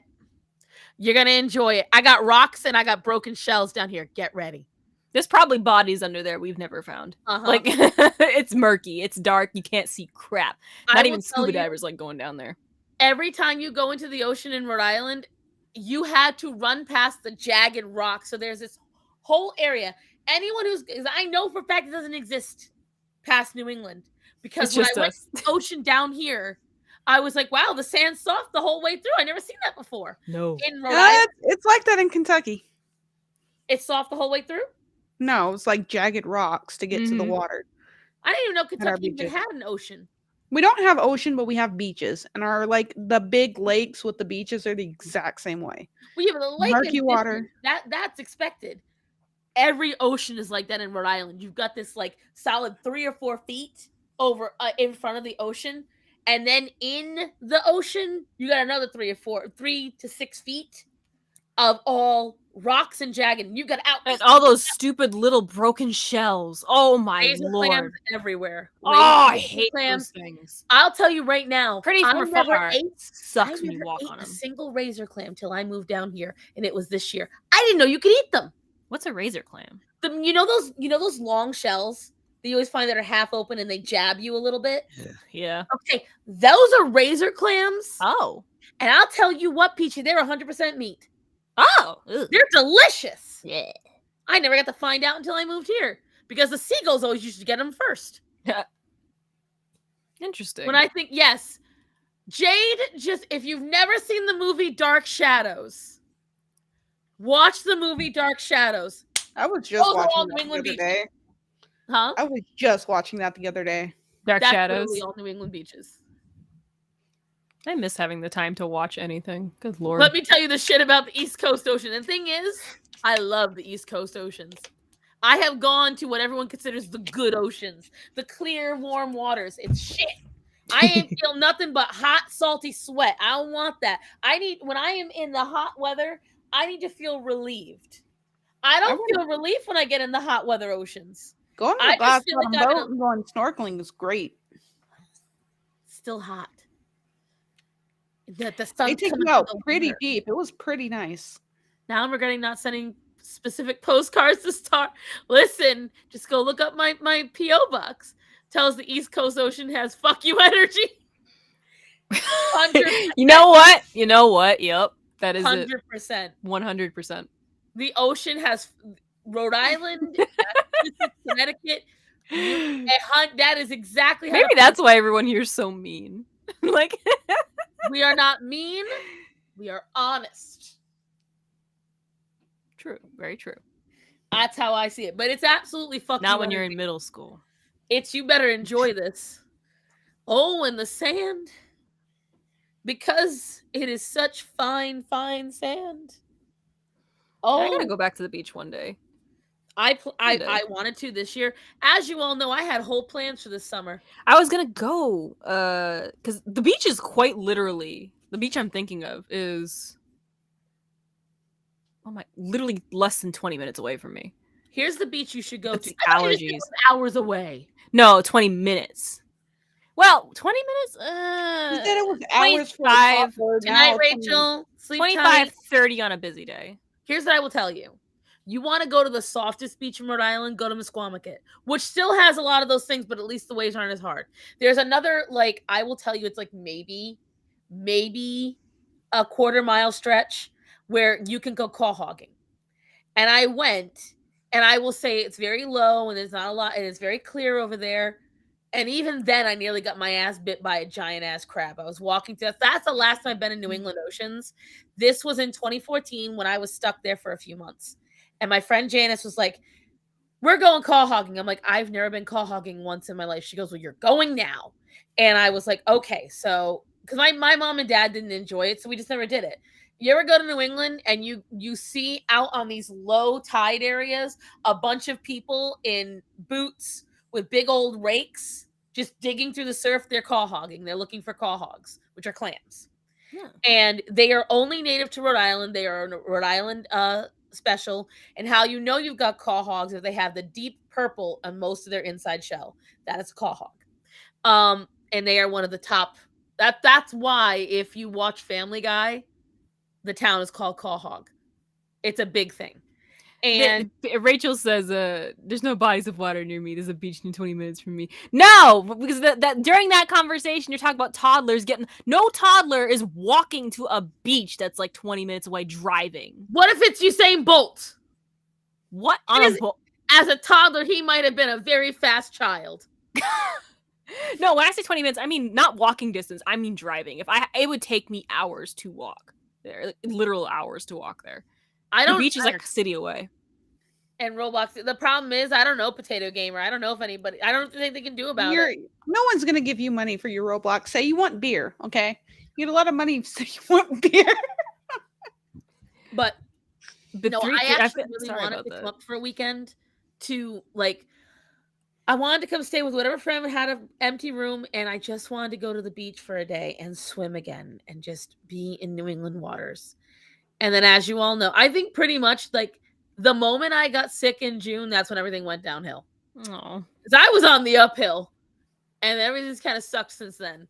But I've been fighting to get back. So pray, guys. Next week, if everything goes well, I'll be back on the up and up. But I'm still working on my up and up. You gonna get there, baby. Just come in with mommy, and then you'll be fine. You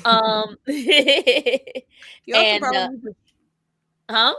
I was gonna tell Beachy, you should probably find time to stream sometime soon so you don't lose your affiliate.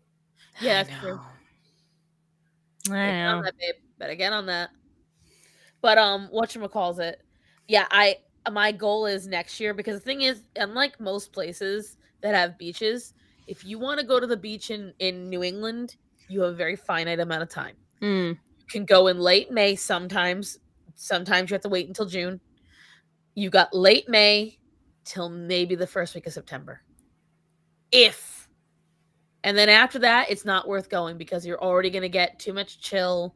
It's going to be too rainy half the time. Yeah. Or the water's just going to be way too cold. Or the wind itself. It might be just my allergies kicking in full. I feel like my allergies have worsened in the last couple of years alone. So every time I go to the beach or somewhere, anything that's just too much, my eyes get so watery. Well, because there's a lot of in New England, there's a lot of grasses and evergreens in New England. I don't know if that's the case anywhere else, but a lot of fir pine trees and beach grasses are planted over in New England near almost every single beach. Yeah, it's terrible. So, like, if you have an allergy to evergreens, that is the worst place because the wind off the beaches there is like nothing else. I know the wind is always kicking up when you're on the ocean, but I will tell you what, I have been at the ocean in other states. I've been in Florida. I've been towards it in Texas. I have been off of large bodies of water in more towards the west coast, inland, obviously. And I will say at the top of a mountain, it gets a little blustery. Found that out in Gatlinburg. But I will say that the wind hits different. Everything's just... There's a reason why New Englanders don't like to leave New England until they retire. There's just something about New England you can't help but love. It depends on where you live. Because I feel like I used to live in an area, I still live in this area, but it was surrounded by woods. It was beautiful. You heard critters, you saw deer. but they cut down a lot of the stuff for more housing and plants, and it's awful. It's awful. I miss my woods. I have to tell you though. Hmm? How long would it take you to get to Mystic? What's a Mystic? Where Aquarium? Wareham? Mystic Aquarium? I've never been there.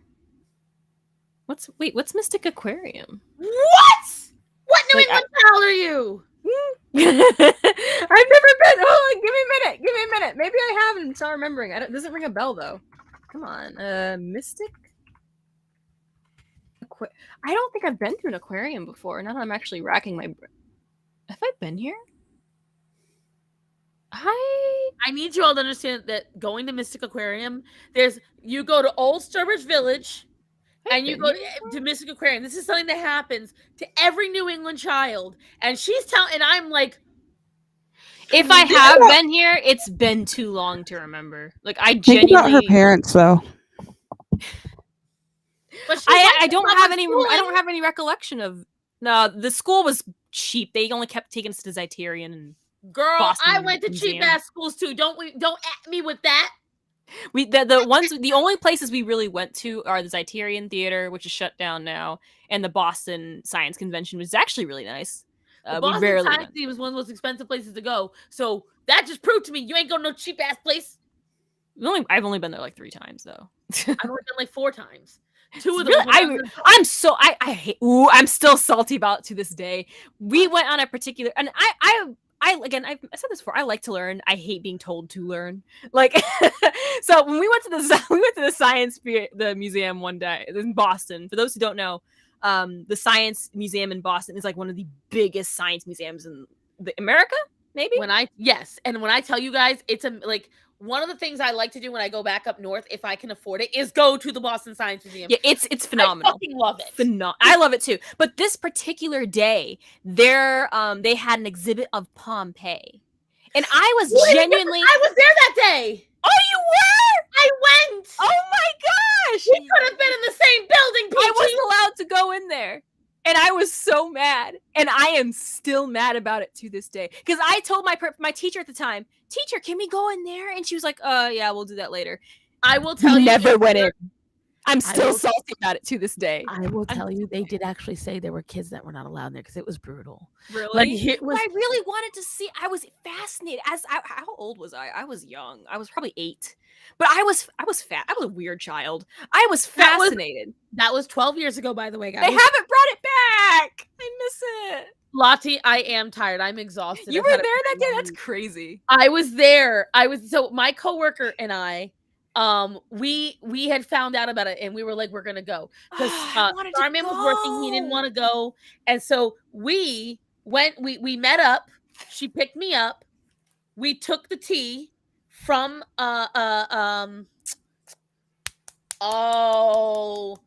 I'm trying to think. Emerald Square, where North Attleboro. We took the tea from North Attleboro into Boston, right? Mm-hmm. And then we walked, because back then Star Song could walk everywhere. We walked around Chinatown and then through the Boston Science Museum. And it was guys, no. When I tell you, it was one of my favorite experiences. Stop! It's one of my favorite science experiences. It was so cool. But I wanted to see it. I cried because this was. So here's the thing, guys. This was not just a display about Pompeii. I was standing in front of the Pompeii body. They actually had the body, and I was young. Why did I want to see that? But I really wanted to see it. I really wanted to see it. And they actually had signs saying no talking. If you take photos, they cannot be flashed, and they did not want children running around because it was meant to be a memoriam and to be respectful to the dead. Because this was not just like mummies or anything. You were looking at it was brutal, guys. Like, it was brutal. There was one such body, the one that always sticks with me. There was 2 that really stick with me. There was I call him the man in the hood. They found him around, I think it was an archery course. And you could see that he had huddled up to a wall. put his head down and wrapped his Yeah, I hand know that around one. the It's a famous one. And I stood in front of him, and it was the desperation. You could tell he just wanted. So think about it. He died so quickly that he just in that thing. But the one that broke my heart the most was the dog. The dog. The dog. Oh, the dog. Not And the dog. the I remember dog- the dog. I can't even describe it. I'm gonna show you guys. No. I'm gonna show you guys. I have to. Ruin. I can't believe little baby Peachy was totting around being told what to do while Lady Starzan got to live the dream. I got to do it. She got to actually And that do it. night, my coworker had to stop me because I nearly punched out somebody in Chinatown. I wish I could say, "Oh, remember the teacher yelling? A big teacher yelling at students." No, nothing of notice has happened except me just being salty throughout that day. I was so mad. Like, I really wanted to see it. Let me see. How old? You said it was 12 years ago? Every now and then I'll pop out on the website hoping they bring it back, and I don't think they recently did King Tut, but it's not the same. When I tell you that was a once in a they literally said this is the dog. Yeah, the poor puppy. And the thing is, guys, you can clearly see that this dog died very rough. Oh.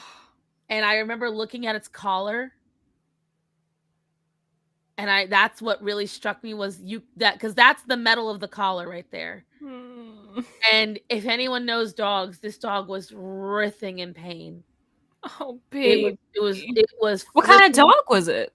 It was a breed. So they believe this right here they're showing. It was a very ancient breed. They believe this is what the dog must have looked like. Because you got to realize a lot of dog breeds were not very variety back then. This is thousands of years ago. So it was more closely related to, more ancient breeds.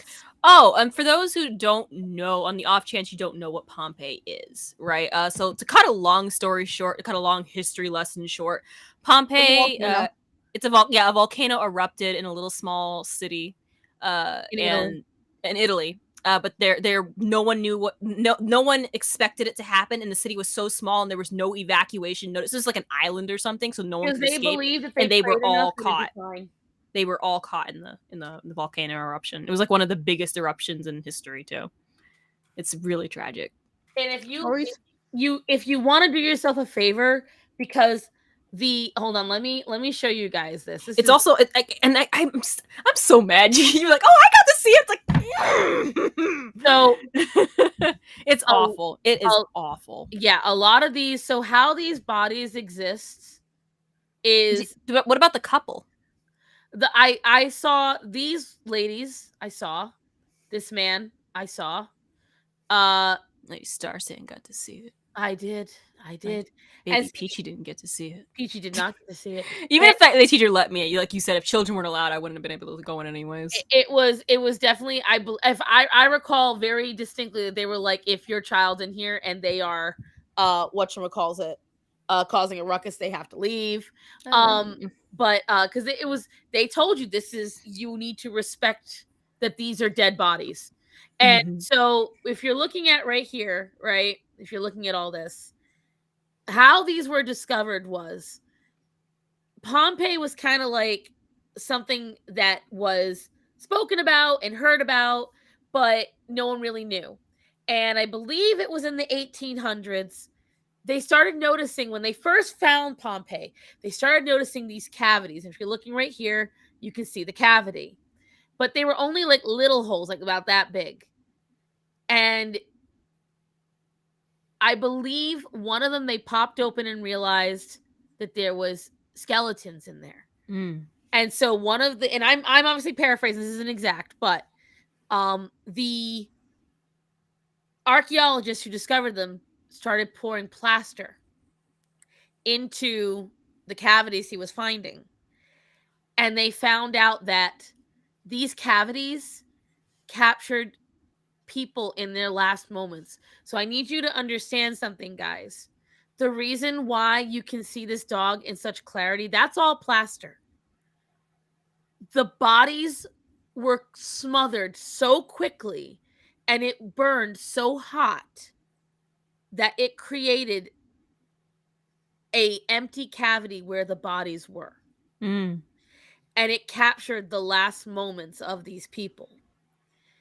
In almost perfect renditions. And there were people that were lying together. These were young girls that were found huddling in a courtyard, and there's animals all over. They a lot of people did not evacuate because They couldn't. They didn't have enough time. There was warning signs. Yeah, I heard. I saw the movie years ago. Apparently, like there were people trying to warn the citizens. Like I forgot who found out. Like they were like a scientist or something, and they like, listen, this volcano is going to erupt. They tried telling everyone. No, a bunch of people didn't listen to them. Exactly. I think he even went to like the king at the time and was like, you need to evacuate these people. And the king was like, this volcano hasn't erupted in thousands of years. It's not gonna do it now. And on top no of one this, listened. No one listened. Pompeii is not the only place, guys. Like no, but it's one of the more infamous ones. It's the more infamous. This volcano eruption was so large that we're talking miles away.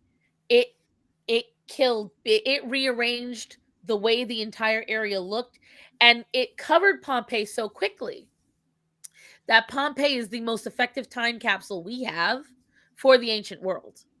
And they are still uncovering things in Pompeii.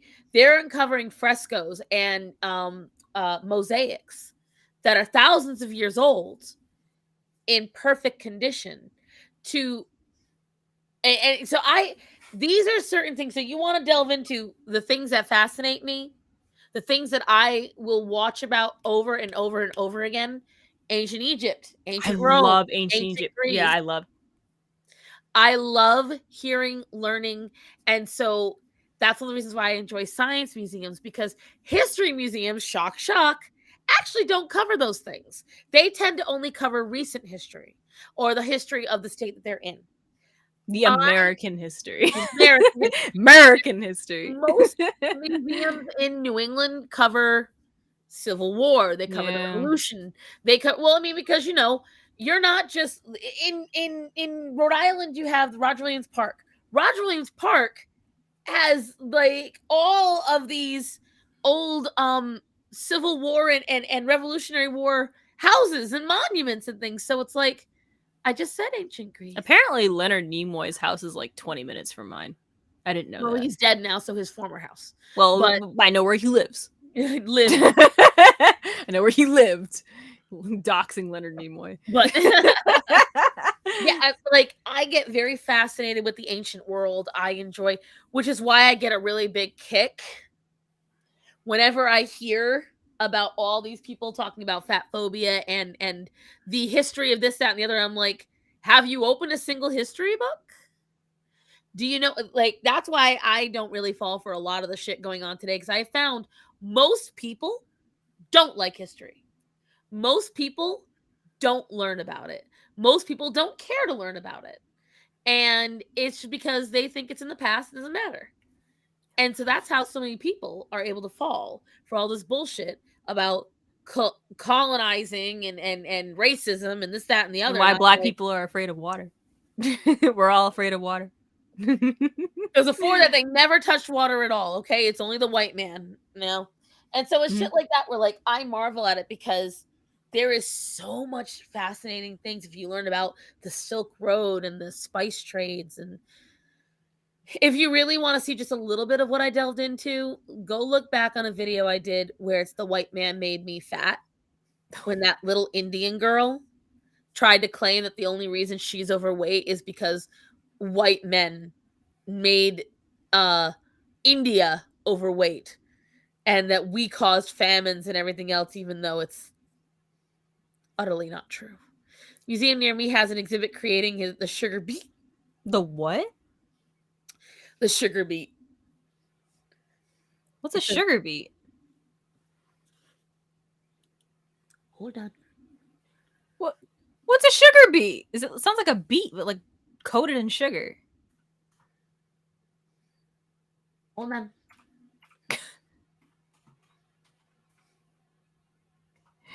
But I do have someone's like, Peachy got a morbid fascination. No, I like similar to Starzan. I love ancient Egyptian. That's one of the reasons why I decided to, quote unquote, get my degree in anthropology, because there's no degree for archaeology for some reason, so it's the closest next best thing. And let me tell you, the stuff they're throwing at me now is nothing I'm interested in.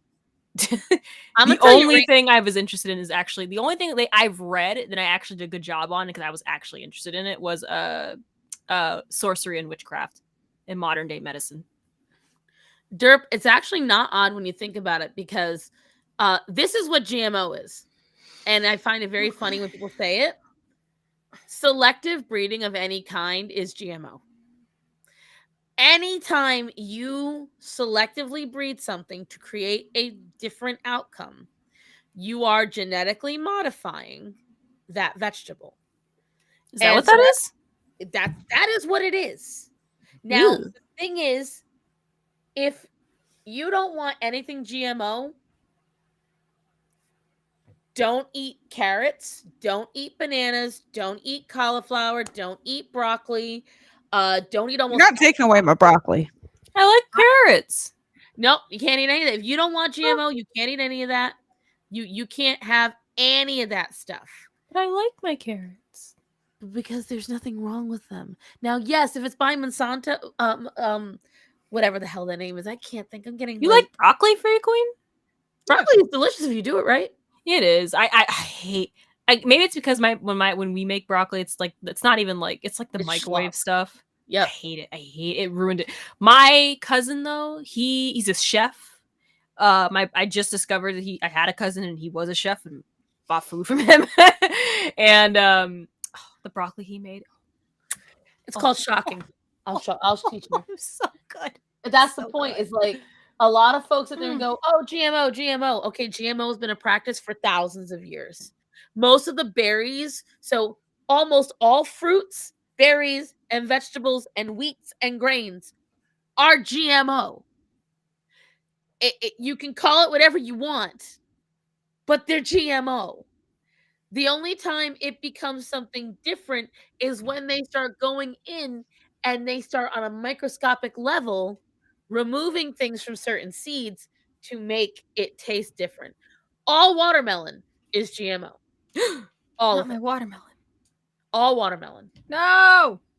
Almost all melons. No. These are all things that are bred. If you eat a real banana, it's almost entirely seeds. Corn. Have you seen a banana with the seeds inside? It's horrifying. Yeah, they're little tiny fingerlings. You gotta show the chat. I didn't know this was even existed until like a few months ago. Someone sent me. If you've never seen a banana with the seeds in them, you need to now. It's horrifying. Did you know that because we've grown fruits and vegetables a certain way to our liking, we've made them too sweet for animals to consume, and that's why animals in zoos had their diets changed? Oh no. That's actually kind of sad. They believe that the reason why bees are having whatchamacallit, that bees are dying out is because we've brought too many foreign plants into America. And that is why, or we've done too much exchanging of foreign plants. This is what an original banana looks like. My trypophobia is kind of kicking in when I look at these. This is what a real banana looks like, guys. No, show them the better pictures. There's more. There's a terrible picture. No, I gotta do this. Hold up. I gotta do this, she says. No, there was a specific photo I was shown. It's horrifying. Well, this I know for a fact is how they look. It's big, it's terrifying. Thick, black seeds that are not very pleasant to chew on. No, it doesn't taste like boba. No, it tastes like sadness. Boba's amazing. See, look, that's a really great comparison, right? That's yeah. My trypophobia. Be warned. So this is what a real banana looks like. Let's just get this off. Hold on. I didn't even see that at first. But so that's the point, guys. Like, I get really tired of the same thing. Does anybody know what organic means? Fake Queen, natural. I know you probably know, so you hush. Does anybody know what organic means? Go ahead. Shout it in the chat. Because I get a big kick out of it. I get a big kick out of all this shit that people fall for. Yeah, organic means natural, right? Does it? From the dirt. So you don't think that when they do hydroponic that they don't call those organic? I don't know what that means. Organic only means no pesticides. Oh, is that good? So the thing is, that also means they're going to use more natural stuff. So that means you have a higher chance of salmonella and other deadly bacteria. Wash your fruits and vegetables. Yeah, we all do. Especially No, some people don't. on non-organic, you don't have to as much because No, I always wash my vegetables and fruits. I don't care. non-organic gets a waxy coating to protect it, and it has whatchamacallit, it prevents bugs. But if you like that, a lot of folks complain about pests in their fruit, right? Like that. Like I have opened plenty of organic edamame and found bugs in the frozen bags. Ew.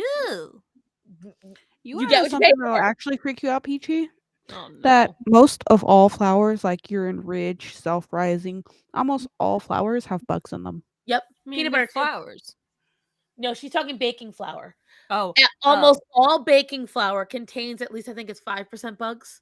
I mean, I've been eating them this far. I've been fine, so. And peanut butter, same thing. Like they contain at least I think 3 or 4% bug parts. You take that back. Huh? I once take opened that a bag back. of flour because I did I not know love this. peanut butter. Not my I once Skippy. I once opened a bag of flour because I was going to make a cake, like from Ooh. scratch, make a cake, and found like little bugs crawling around in this unopened thing of flour that they had Ew. apparently hatched. Yes, it is a thing. Oh. It is a thing. So that is a thing, and here's why. So if you leave flour open, and this is something I've noticed, including working at a restaurant, even when we're cleaning up. Something humans do, and I don't care who you are, everyone's guilty of it. Because we don't see it as food because it's not in a food form, we don't realize it's food to something else. For instance, cardboard. Cardboard is food to bugs. We don't see it as food. So when we let it get wet or we leave it out, we think it's just cardboard. And then when the roaches show up, you're like, how? That's because they're eating it. And so the same thing happens with flour. There are specific breeds of flies and moths that eat flour. Just Here's the thing. No, this was an unopened bag of flour. Like I had just they can get opened it. in. They can crawl in because the glue is because I know Oh. because the glue is not strong enough. If there's even a microscopic hole, because these are not sometimes all the female needs to do is lay the eggs near it, and the worms can crawl in through the cracks. Because yeah, these look like more like beetle-looking things than like a moth. Did you still make the that's cake? that I know what you're talking about because I've seen them. Because for the longest time, I would put back the flour at my house, and I wouldn't think about it, and my mom would yell at me. And then one day, I saw them. And that's because they were so yeah, it's a big thing. A lot of people just don't realize it's actually an allowed max number of bug parts and rat hair in food products. Yep. Ew. It's how it is. There is an allowed number if folks really understood how the FDA works and what they allow, I think a lot of people wouldn't eat at all. FDA? I don't sell medical products. Hi, Liko. You don't know who went to the bathroom and didn't wash their hands and then touch the produce. Right. Oh, when I tell you guys, let me tell you something. As someone with IBS who's worked in markets and in restaurants, when I tell you, wash your shit. Because a lot of people will go into very public bathrooms and do very disgusting things and walk right out. Promise you that. It's disgusting, but it's true, which is why Starson always has a tiny bottle of Lysol, a little packet of sanitary wipes, and a little bottle of hand sanitizer at all times. Because I don't trust nobody. I have actually personally cleaned bathrooms when I go into them so I can use them. See that little window right there by the stairs? Yeah. My hand sanitizer sits there, so when I go up those stairs to the bathroom, I can. That looks very convenient. Keep going. Nice little window. Hey, sweetie, your little dinner's ready. You just put the little dinner on the window, and they can just close it. George Carlin was ahead Get of a little his bell. time. Ding, Dinner's ready. If you freeze it for a few days, it does kill the eggs inside flour. This is very true. Oh. Also, most parasites in fish will die within 78 hours if you freeze them. And I mean a hard freeze. So that doesn't mean once you put it in the fridge up until 78 hours later. No. You have to make sure it is frozen solid. And then from when it's frozen solid, count to 78 hours. And then the parasites usually get killed. I don't eat a lot of fish. For me, and I haven't even been to sleep yet. Why is it always when I'm eating? This is the thing, guys. If you were fine before and you've been eating that way your whole life, why does it change it now? Because now we're smart enough to know. I still eat. I have found parasites in my smoked fish. Do you know what I did? I pulled out the worm and I kept eating.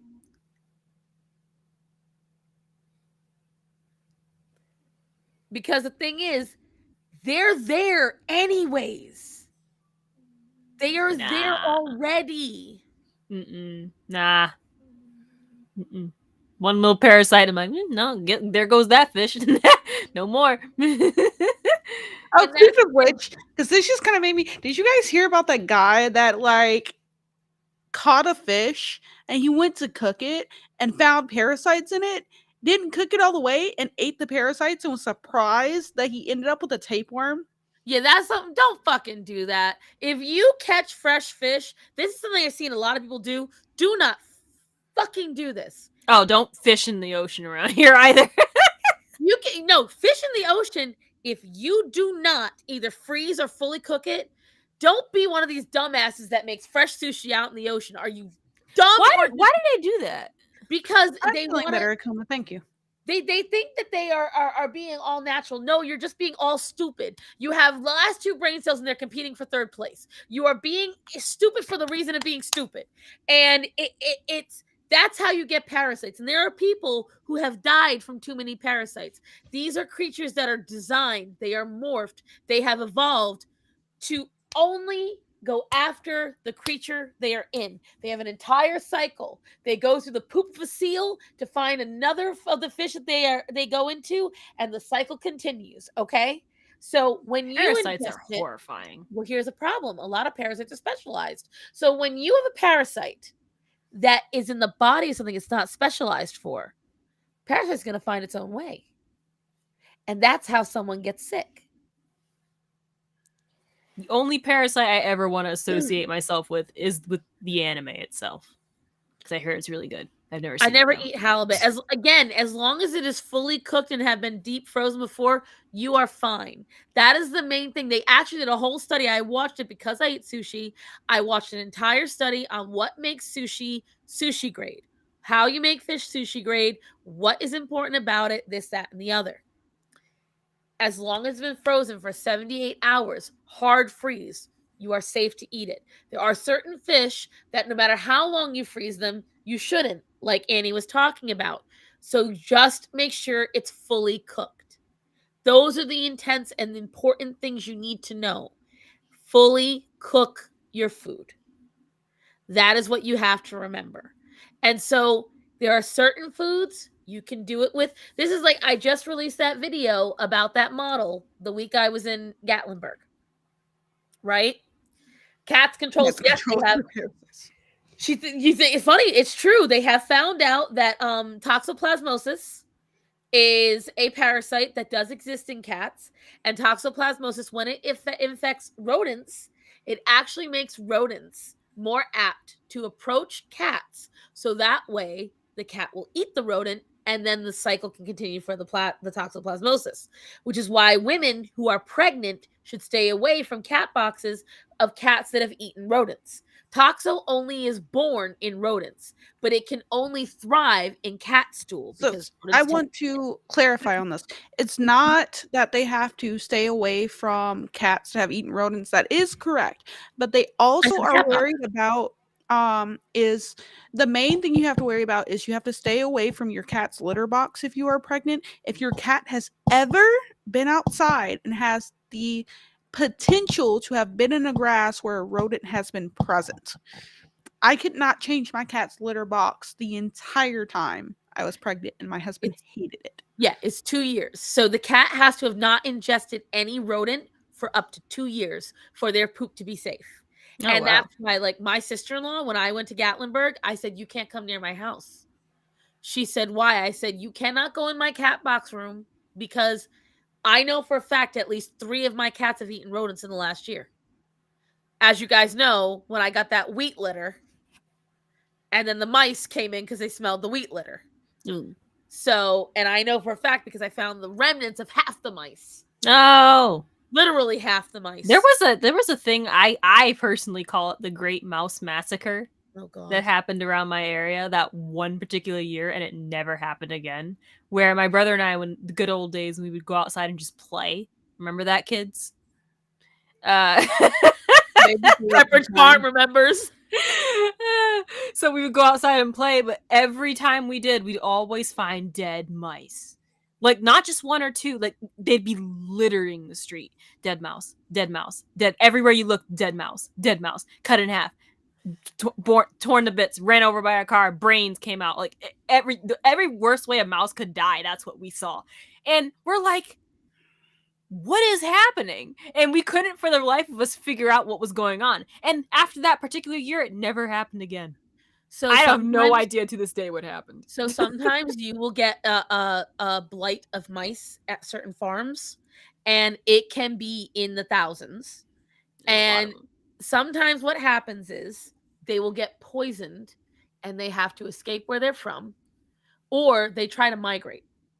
My cat went hunting season and massacred 7 mice in one day. Oh no, the Great Mouse Massacre. And so it's like, you know, a lot of people, getting back to the topic at hand, when it comes to food, I have found most people don't educate themselves on anything. We just see food and we eat. We're very simple creatures. No one looks at the ingredients, and I have been staring at the ingredients of my food since I was very little, because my mother was one of those people that was like, hydrogenated oil, trans fats. That she was all about staying away from it. No dyes, no this, no that. She was all about natural food. Great, fantastic. You just said dinner and we'd say okay. And we just eat. My mother was very big on telling me what was good and bad in my food. And when my cats got sick, all at the same age, again, that's why I was so like intense with Zorro. Because for the first 2 years of life, he ate shit food. And ever since then, all of my cats have been on high quality food. And all, like, Zorro was already exhibiting dangerous signs even when he was 11. Not horrible like my other cats. But none of my cats have the tooth or any issues that he had, because I've kept them on high protein, low grains. Your food is important. And that's why it's like when Peachy's like, I'm eating my Pop-Tart. I'm like, why? What's wrong with Pop-Tart? I like my Pop-Tarts. I don't even like Pop-Tart, but that one was actually pretty good. But they're usually like a snack or a quick breakfast if I don't have time to cook. I don't eat them for breakfast. I can't eat them for breakfast. They're dessert for me. Ask me the last time I've had a Pop-Tart. When's the last time you had a Pop-Tart? 2018. That's not bad. And I had it because it was the pretzel ones. The only ones besides this particular Pop-Tart that I just ate, because I found out recently, wow, it's actually not that bad. The cinnamon ones I love. That's literally it. I won't touch any other Pop-Tart. Just cinnamon ones and like this one. We keep them around because he wakes up really early and then I'm busy in the morning. So if I feel like I don't have time to cook or too much is going on and I don't want to cook breakfast for me, I'll like do something quick like a Pop-Tart or like a frozen waffle or something that'll just take really quick in the toaster, or he can grab them for breakfast for something really quick. Sometimes I'll have them as a snack, but I usually don't eat a lot of them in a day. Yeah, they're good grab and goes. Make them at home and they're way better for you. You can make them at home, you said? Ooh.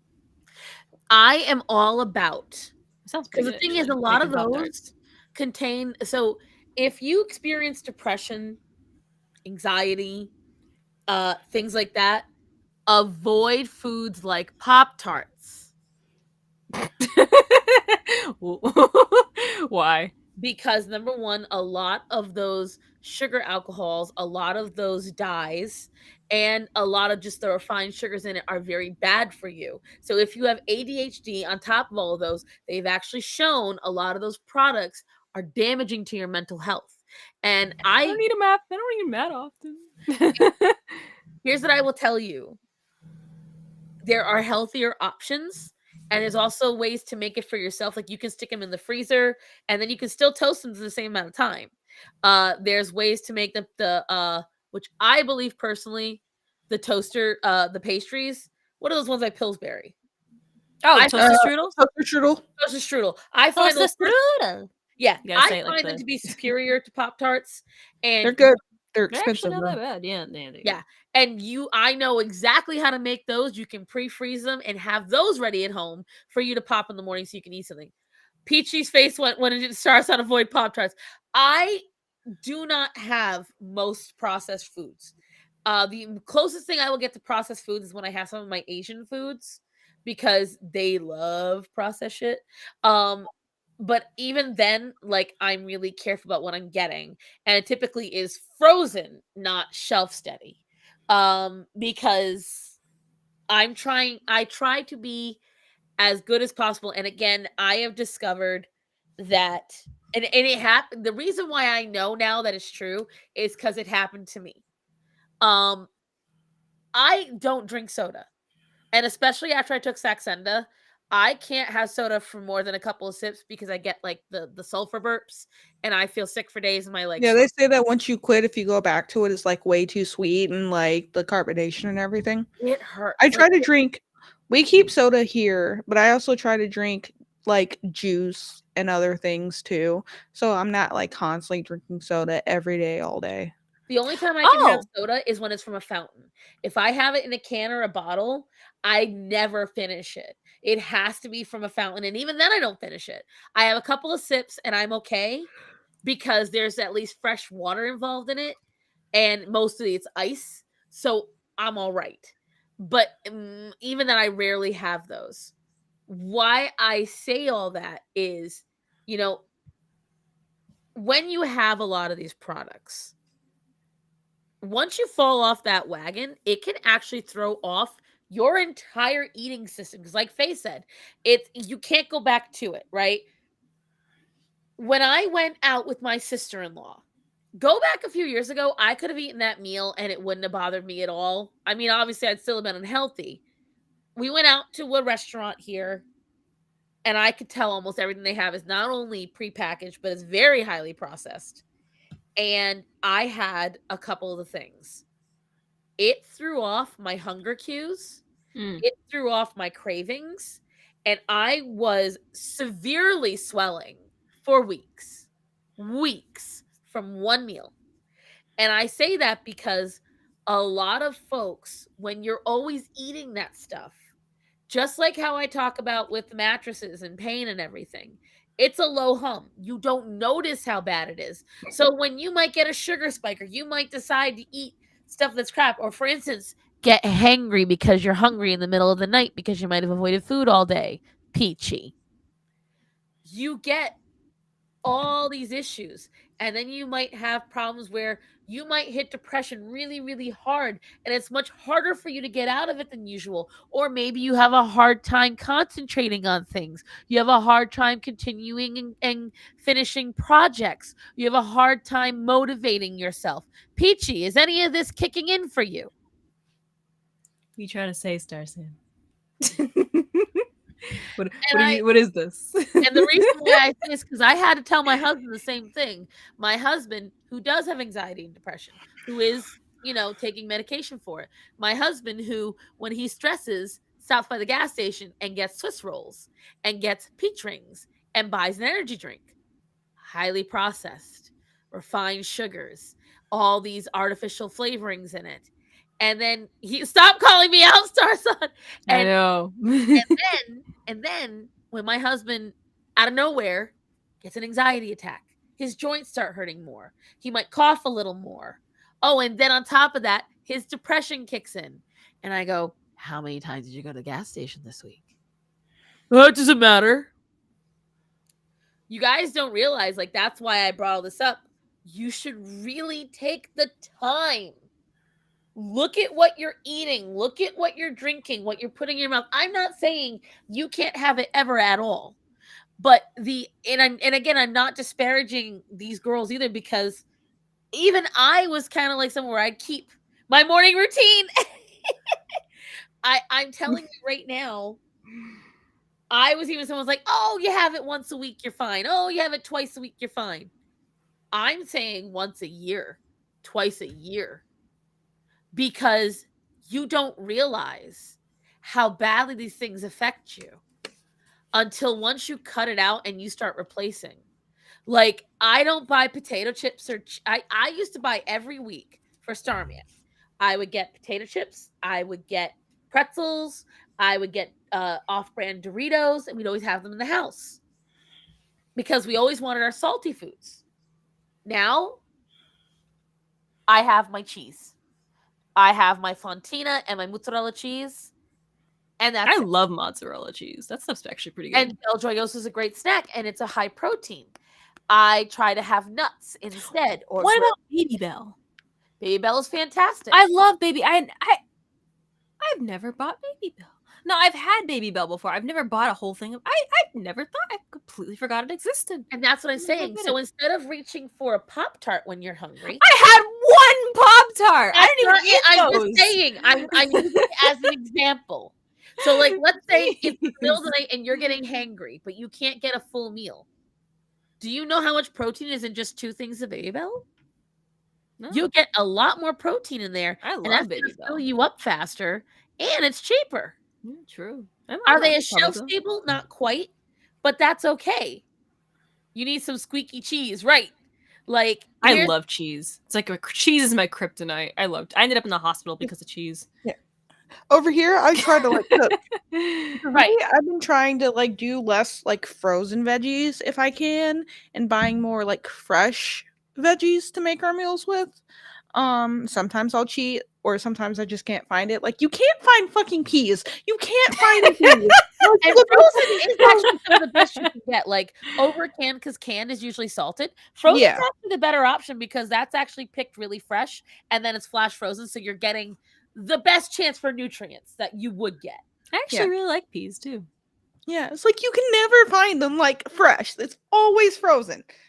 Always fucking frozen. And it's so hard. Like, once you get them fresh, you've got to do the entire work too. So it's like, it's difficult. I mean, it's not hard to pull, like, to do that though.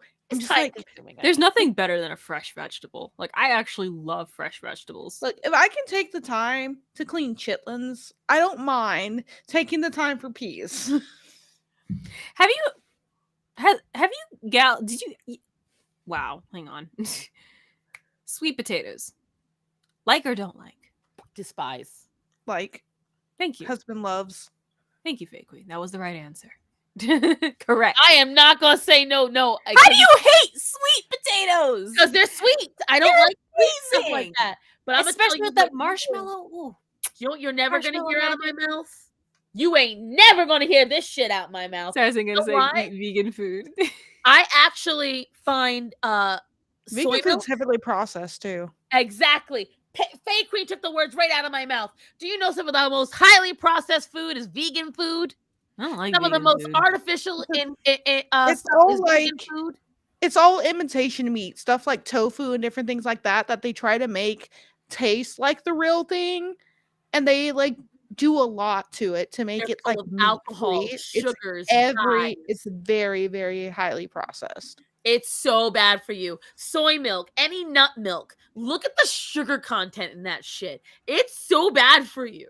Like, and the thing is, because just like with any juice, you've taken away all the health benefits. When you strip it down of the pulp, the fibers, all of the meat, and you take out the juice, you're just left with the sugars and some flavorants.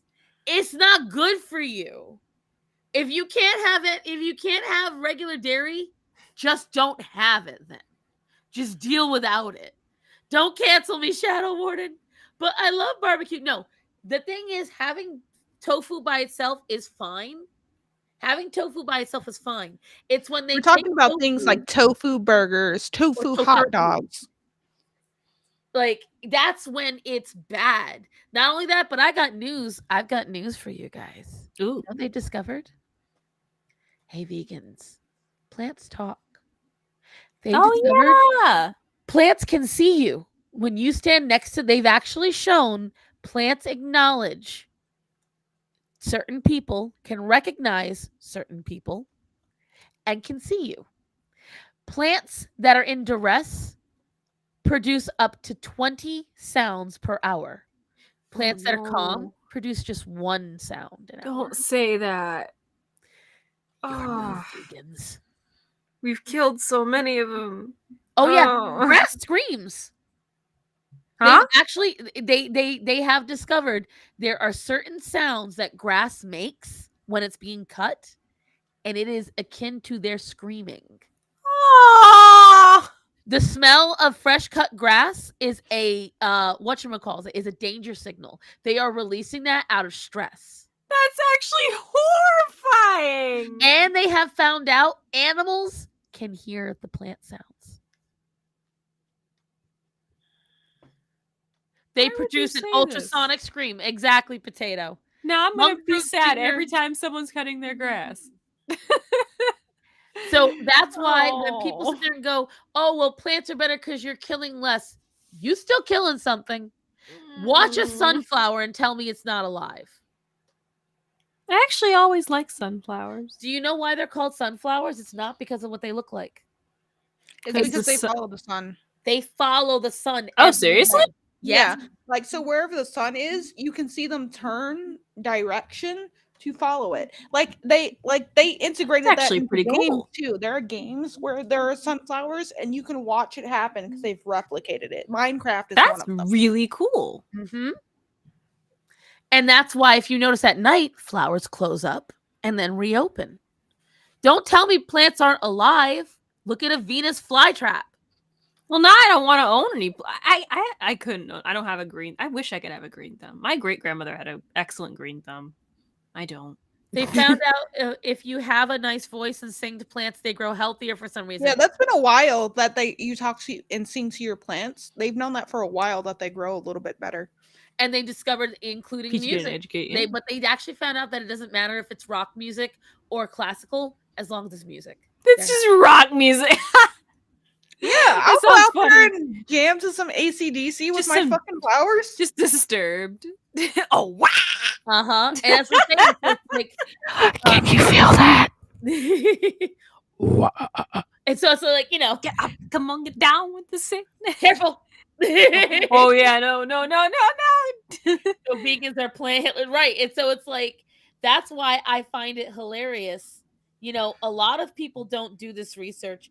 A lot of people don't really realize just how much nature moves with or without us. And watch how a tree does. I knew about the sounds and the grass smell, but I want to hear more about them seeing you. It's a very new study. They just came out with it a couple of weeks ago, but they have discovered that the plants can see you.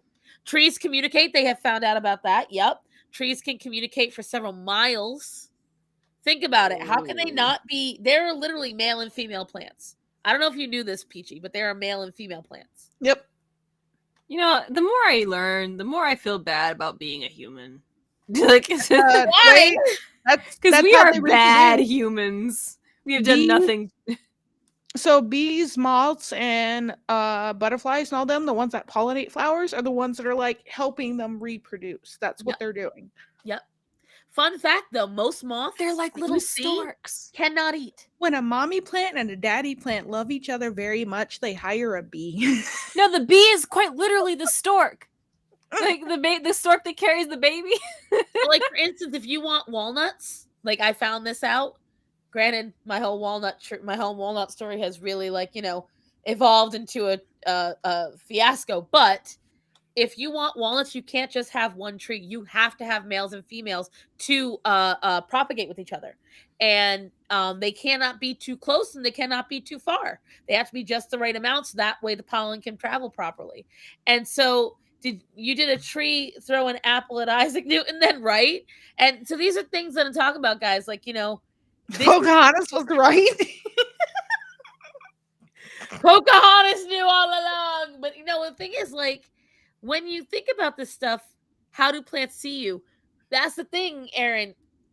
We think in terms of eyeballs. So this is something that I call it the arrogance of humanity. Because when we look at something, it does not have the same biology as us. We can't understand it. How do bats know where things are and they're blind? They use supersonic sounds, right? Sound waves. They may know where the light is, but technically light is happening all day long. How is a sunflower checking the sunlight unless they're directly moving with it? The bees whisper to them. They feel the heat from the rays. Yeah, probably that too. Right. But that's my point, is technically all over you've got the light everywhere. So these are things. So the woo-woo people I see hugging trees were onto something, sort of, but they'll still be vegans. So it's just, overall, I find it very fascinating. I think a lot of people don't research their own food. They don't research what really goes into these things. And they really don't know much about nature beyond what they are told is what they're told. I personally, I found out there's a tofu that's made with eggs. I have it in my fridge. I can't wait to eat it. Tofu that's made with eggs? Huh? Tofu that's made with eggs? Yeah, egg tofu. I'm excited to eat it. Yeah. And then back to the thing about saying about processed sugars. My dad was in the military, and he had like diabetes he's had diabetes for a long while, but it's actually not due to his like sugar intake. I think he just randomly ended up with it because from the time that he was young, like when he started joining the military, he got very routine in the things that he did and ate. And I remember one day I made an apple pie at his house, like from scratch, crust, filling, everything, made an apple pie at his house. Part of making the filling involved sugar. Guess what I forgot to put in it? Oh no, the sugar. I forgot to put in the sugar and I baked it. Pie came out fine. I cut a piece. I think it's way too bland. Like, it's not sweet at all. Very bland. Not a good apple pie. He doesn't eat very many sweets, but he came and tried some like he normally does, so he'll have a bite or two. Apple pie was perfect to him. Perfect sweetness. Not a drop of sugar in it. Of the apples. Yep. From just the fruit. Like, which I'm like perfect sweetness to him. That's how I am. I prefer no sugar. If I don't have to add sugar, I prefer not to. Now, in a thing like, teriyaki sauce, I actually try not to use anything but like a little bit of brown sugar. I mostly use honey. Like, I try to avoid using any plant sweetener. Like, even though, yes, monk fruit and agave nectar are more natural, you are actually still, again, refining the sugars, and it's too much. One of the best things to use is honey, because that one has the most benefits overall. You get more vitamins with it. So the puke is the best thing. Fun fact, honey is bee puke. Or, All right. I'm getting tired. I'm not gonna lie. I am too. I'm gonna answer this one last question, then I'm gonna get ready to go because like my throat's getting sore. Hold on. Study shows. Yeah, I'm making pepper steak for dinner today. You made pepper cake? Yep, I'm making pepper steak. Nice. Oh, pepper steak. I thought you said pepper cake. I am thinking about nothing but Baby Bell now. Baby Bell cheese. Yep, I bought some meat from the grocery store, and it's all like butcher stuff. And because that's all they have. Like, you have to go up to the butcher's counter and tell them what you want. They cut it for you if you need it cut, yada, yada, yada, blah, blah, blah. So I got some like cheap-ish beef to cut. It's like a flat steak thing. And I have my peppers that I have to cut. So I've been trying to like really just make sure all my ingredients are like fresh things if I can. I've got 3 things to answer here. Ready? First of all, Annie, there are people who genuinely believe that you're not slaughtering a single animal if they buy the meat from the store. They do not understand that meat did come from an animal at some time. I know. Second of all, there's a very easy way to do this, Potato Gamer. look up a recipe for the sauce for orange chicken, and then you break down how to replace everything, and then you just experiment. That's the best way to do it. Typically, that's going to mean you're going to have to take apart a lot of oranges and find a sweetener that's healthier. Third of all, going on what Aaron asked, this study started in 2017. Other observational research reveals plants have visual capabilities we just do not understand yet.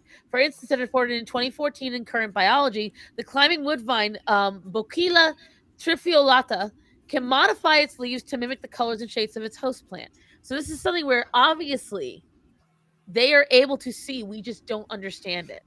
A tiny pilot study found that the so-called chameleon vines mimic plastic leaves, but experts say poor study design and conflicts of interest. So the thing is, some people would argue is, well, clearly this plant is just imitating the pigments that it's found in the plant that it's already on. But a plastic plant, how are they supposed to be able to do that? There's a whole thing involved in it. But the point is, what it really boils down to is we do not understand nature, and a lot of folks, the general person, which Peachy, I know it's and one day they'll come to get back at us. Yeah. Here's what I'll tell you. I'm going to use Peachy as an example, not for any other reason than she is like most folks. How many times did we see Peachy's mind blown tonight on stuff that, for me, I've known for ages?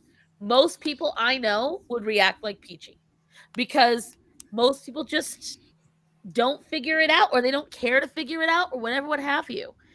I want one shadow warden. They are very expensive, and so that's why I just don't have bees. But I support a local bee farmer, and that is why I'm able to sit in this room, even though my allergen is acting up. But you're welcome, Aaron. That's what I will tell you guys. For the vegans out there, I just wanted to say that I had for dinner today what was called a barnyard burger. I want to let you know it was a large beef patty topped with brisket, onion rings, and an over easy egg. So I personally prefer the Noah's Ark. Do you know what the Noah's Ark is? No. So usually you're going to have a beef patty, bacon, chicken. You have all the animal products, like pretty much every animal product you can get. Like you can have some kind of turkey on there or something. On mine now that I think about it. Yeah, and then you add like as many animal like me personally, I am ready to eat as many animal products as possible. That's when I feel my best. Last night my boss cooked for all of us, and she bought everybody a T-bone steak, and I was just sitting there dancing in my seat. I was quite happy. But all right, girls, why don't you take us out? Peachy, why don't you start us off? Yeah. So everyone who's watching, thank you very much for coming on tonight. You can find me on Twitch at Just Peachy, same spelling as it is in my name down below, except there's an extra E. Why? Because apparently the original Just Peachy is somewhere else, and it's not. There's an extra E in the beginning, not at the end. Oh yeah, sorry, extra E in the beginning of Peachy. So it's JUSTPEEACHIE. Got to stick with that gamer girl rhetoric. Shout out to you if you understood that. That's all I got. Feel free to follow me there. I need more followers. Maybe it'll motivate me to actually go on stream again. And then as for me, it is... Okay, as for me, it's my birthday week, or come Sunday, it's my birthday. I'm trying to reach affiliate, so if anyone who wants to come by, say hi to me. I'd greatly appreciate it. Think of it as a birthday present. Just drop a follow. Stop in, say hi, leave. We have a fun time. I VTube. Sometimes I don't. Sometimes I do. We talk about random stuff. I play some games. It's fun. Oh, and it's my turn, I guess. And as for me, now that I am recovering a little more, I'm going to try to get both videos that were supposed to be released last week and this week done and out this week. And one is another short form. I hope you guys enjoyed that. I'm trying to kick the algorithm's butt by love bombing it. I'm going to try to get some videos out. Please make sure that you wish Faye Queen a happy birthday on her birthday as well. Although I see Jade is the first to jump on it. Thank you, Jade. Before we close out, I did forget to mention my name. It's not just Faye Queen, and it's going to be on Twitch. It's the Whimsical Faye Queen on Twitch. Make sure you put the link so I can put it in the chat.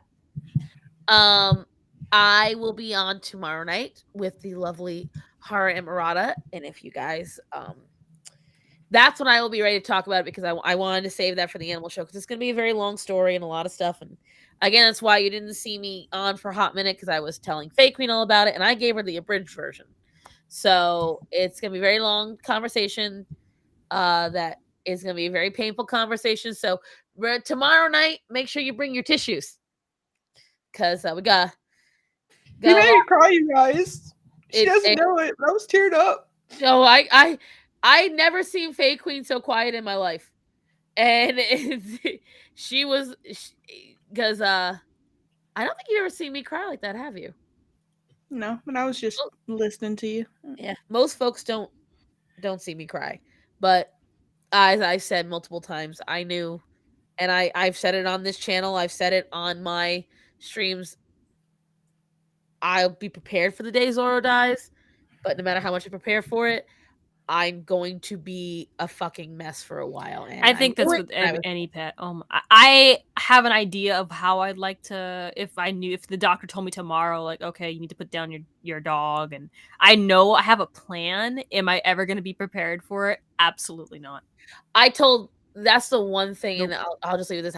I wish I could have given Zoro a last day. That is for sure. I would have let him eat whatever the hell he wanted. I would have let him get on the counters, everything. But I'll talk about that tomorrow night. So you see me tomorrow evening with Hara Murata for the Star Murata Animal Show. Tuesday we'll be drawing. I have so much Inktober to catch up on now. Damn, baby. So much. And then you will see my latest uploads this week. And otherwise, guys, they're always around. Oh, I know, honey. I've got my own little graveyard up in my room. Oh, aw. She turned over. She's on her stomach now. I wish I could sleep like that. But so yeah, guys, for all my followers that'll be there tomorrow night, just I'm gonna tell you right now, make sure you have tissues ready, because apparently a lot of people, I made them tear up with what I said, and we're going. I gotta prepare her Emirata, because she doesn't know yet that that's what I'm gonna be talking about tomorrow. But I think she's probably gonna have an idea. Well, because Emirata just lost her 17-year-old dog 2 weeks ago. 17. Oof. 17. Wow. I would have felt so blessed if Zoro had made it to 15. He was a half year shy of it. But since we weren't quite sure his age when I got him, I've been saying he's 15. He was technically 14 and a half, but that sounds very middle school, so I say 15. But either way, guys, that is about all. Girls, is there anything else you want to sign off with? No, that's it. Donate to my diaper fund. Yes. Babies poop a lot. They do. But otherwise, I would know, guys, as a former baby myself. I know as somebody who's changed a lot of diapers. So have a great night, everybody. We love you all. Be safe. Thank you for joining us. Bye. Stream. And remember, don't be Jada Pinkett Smith. Have a great night, everyone. Bye.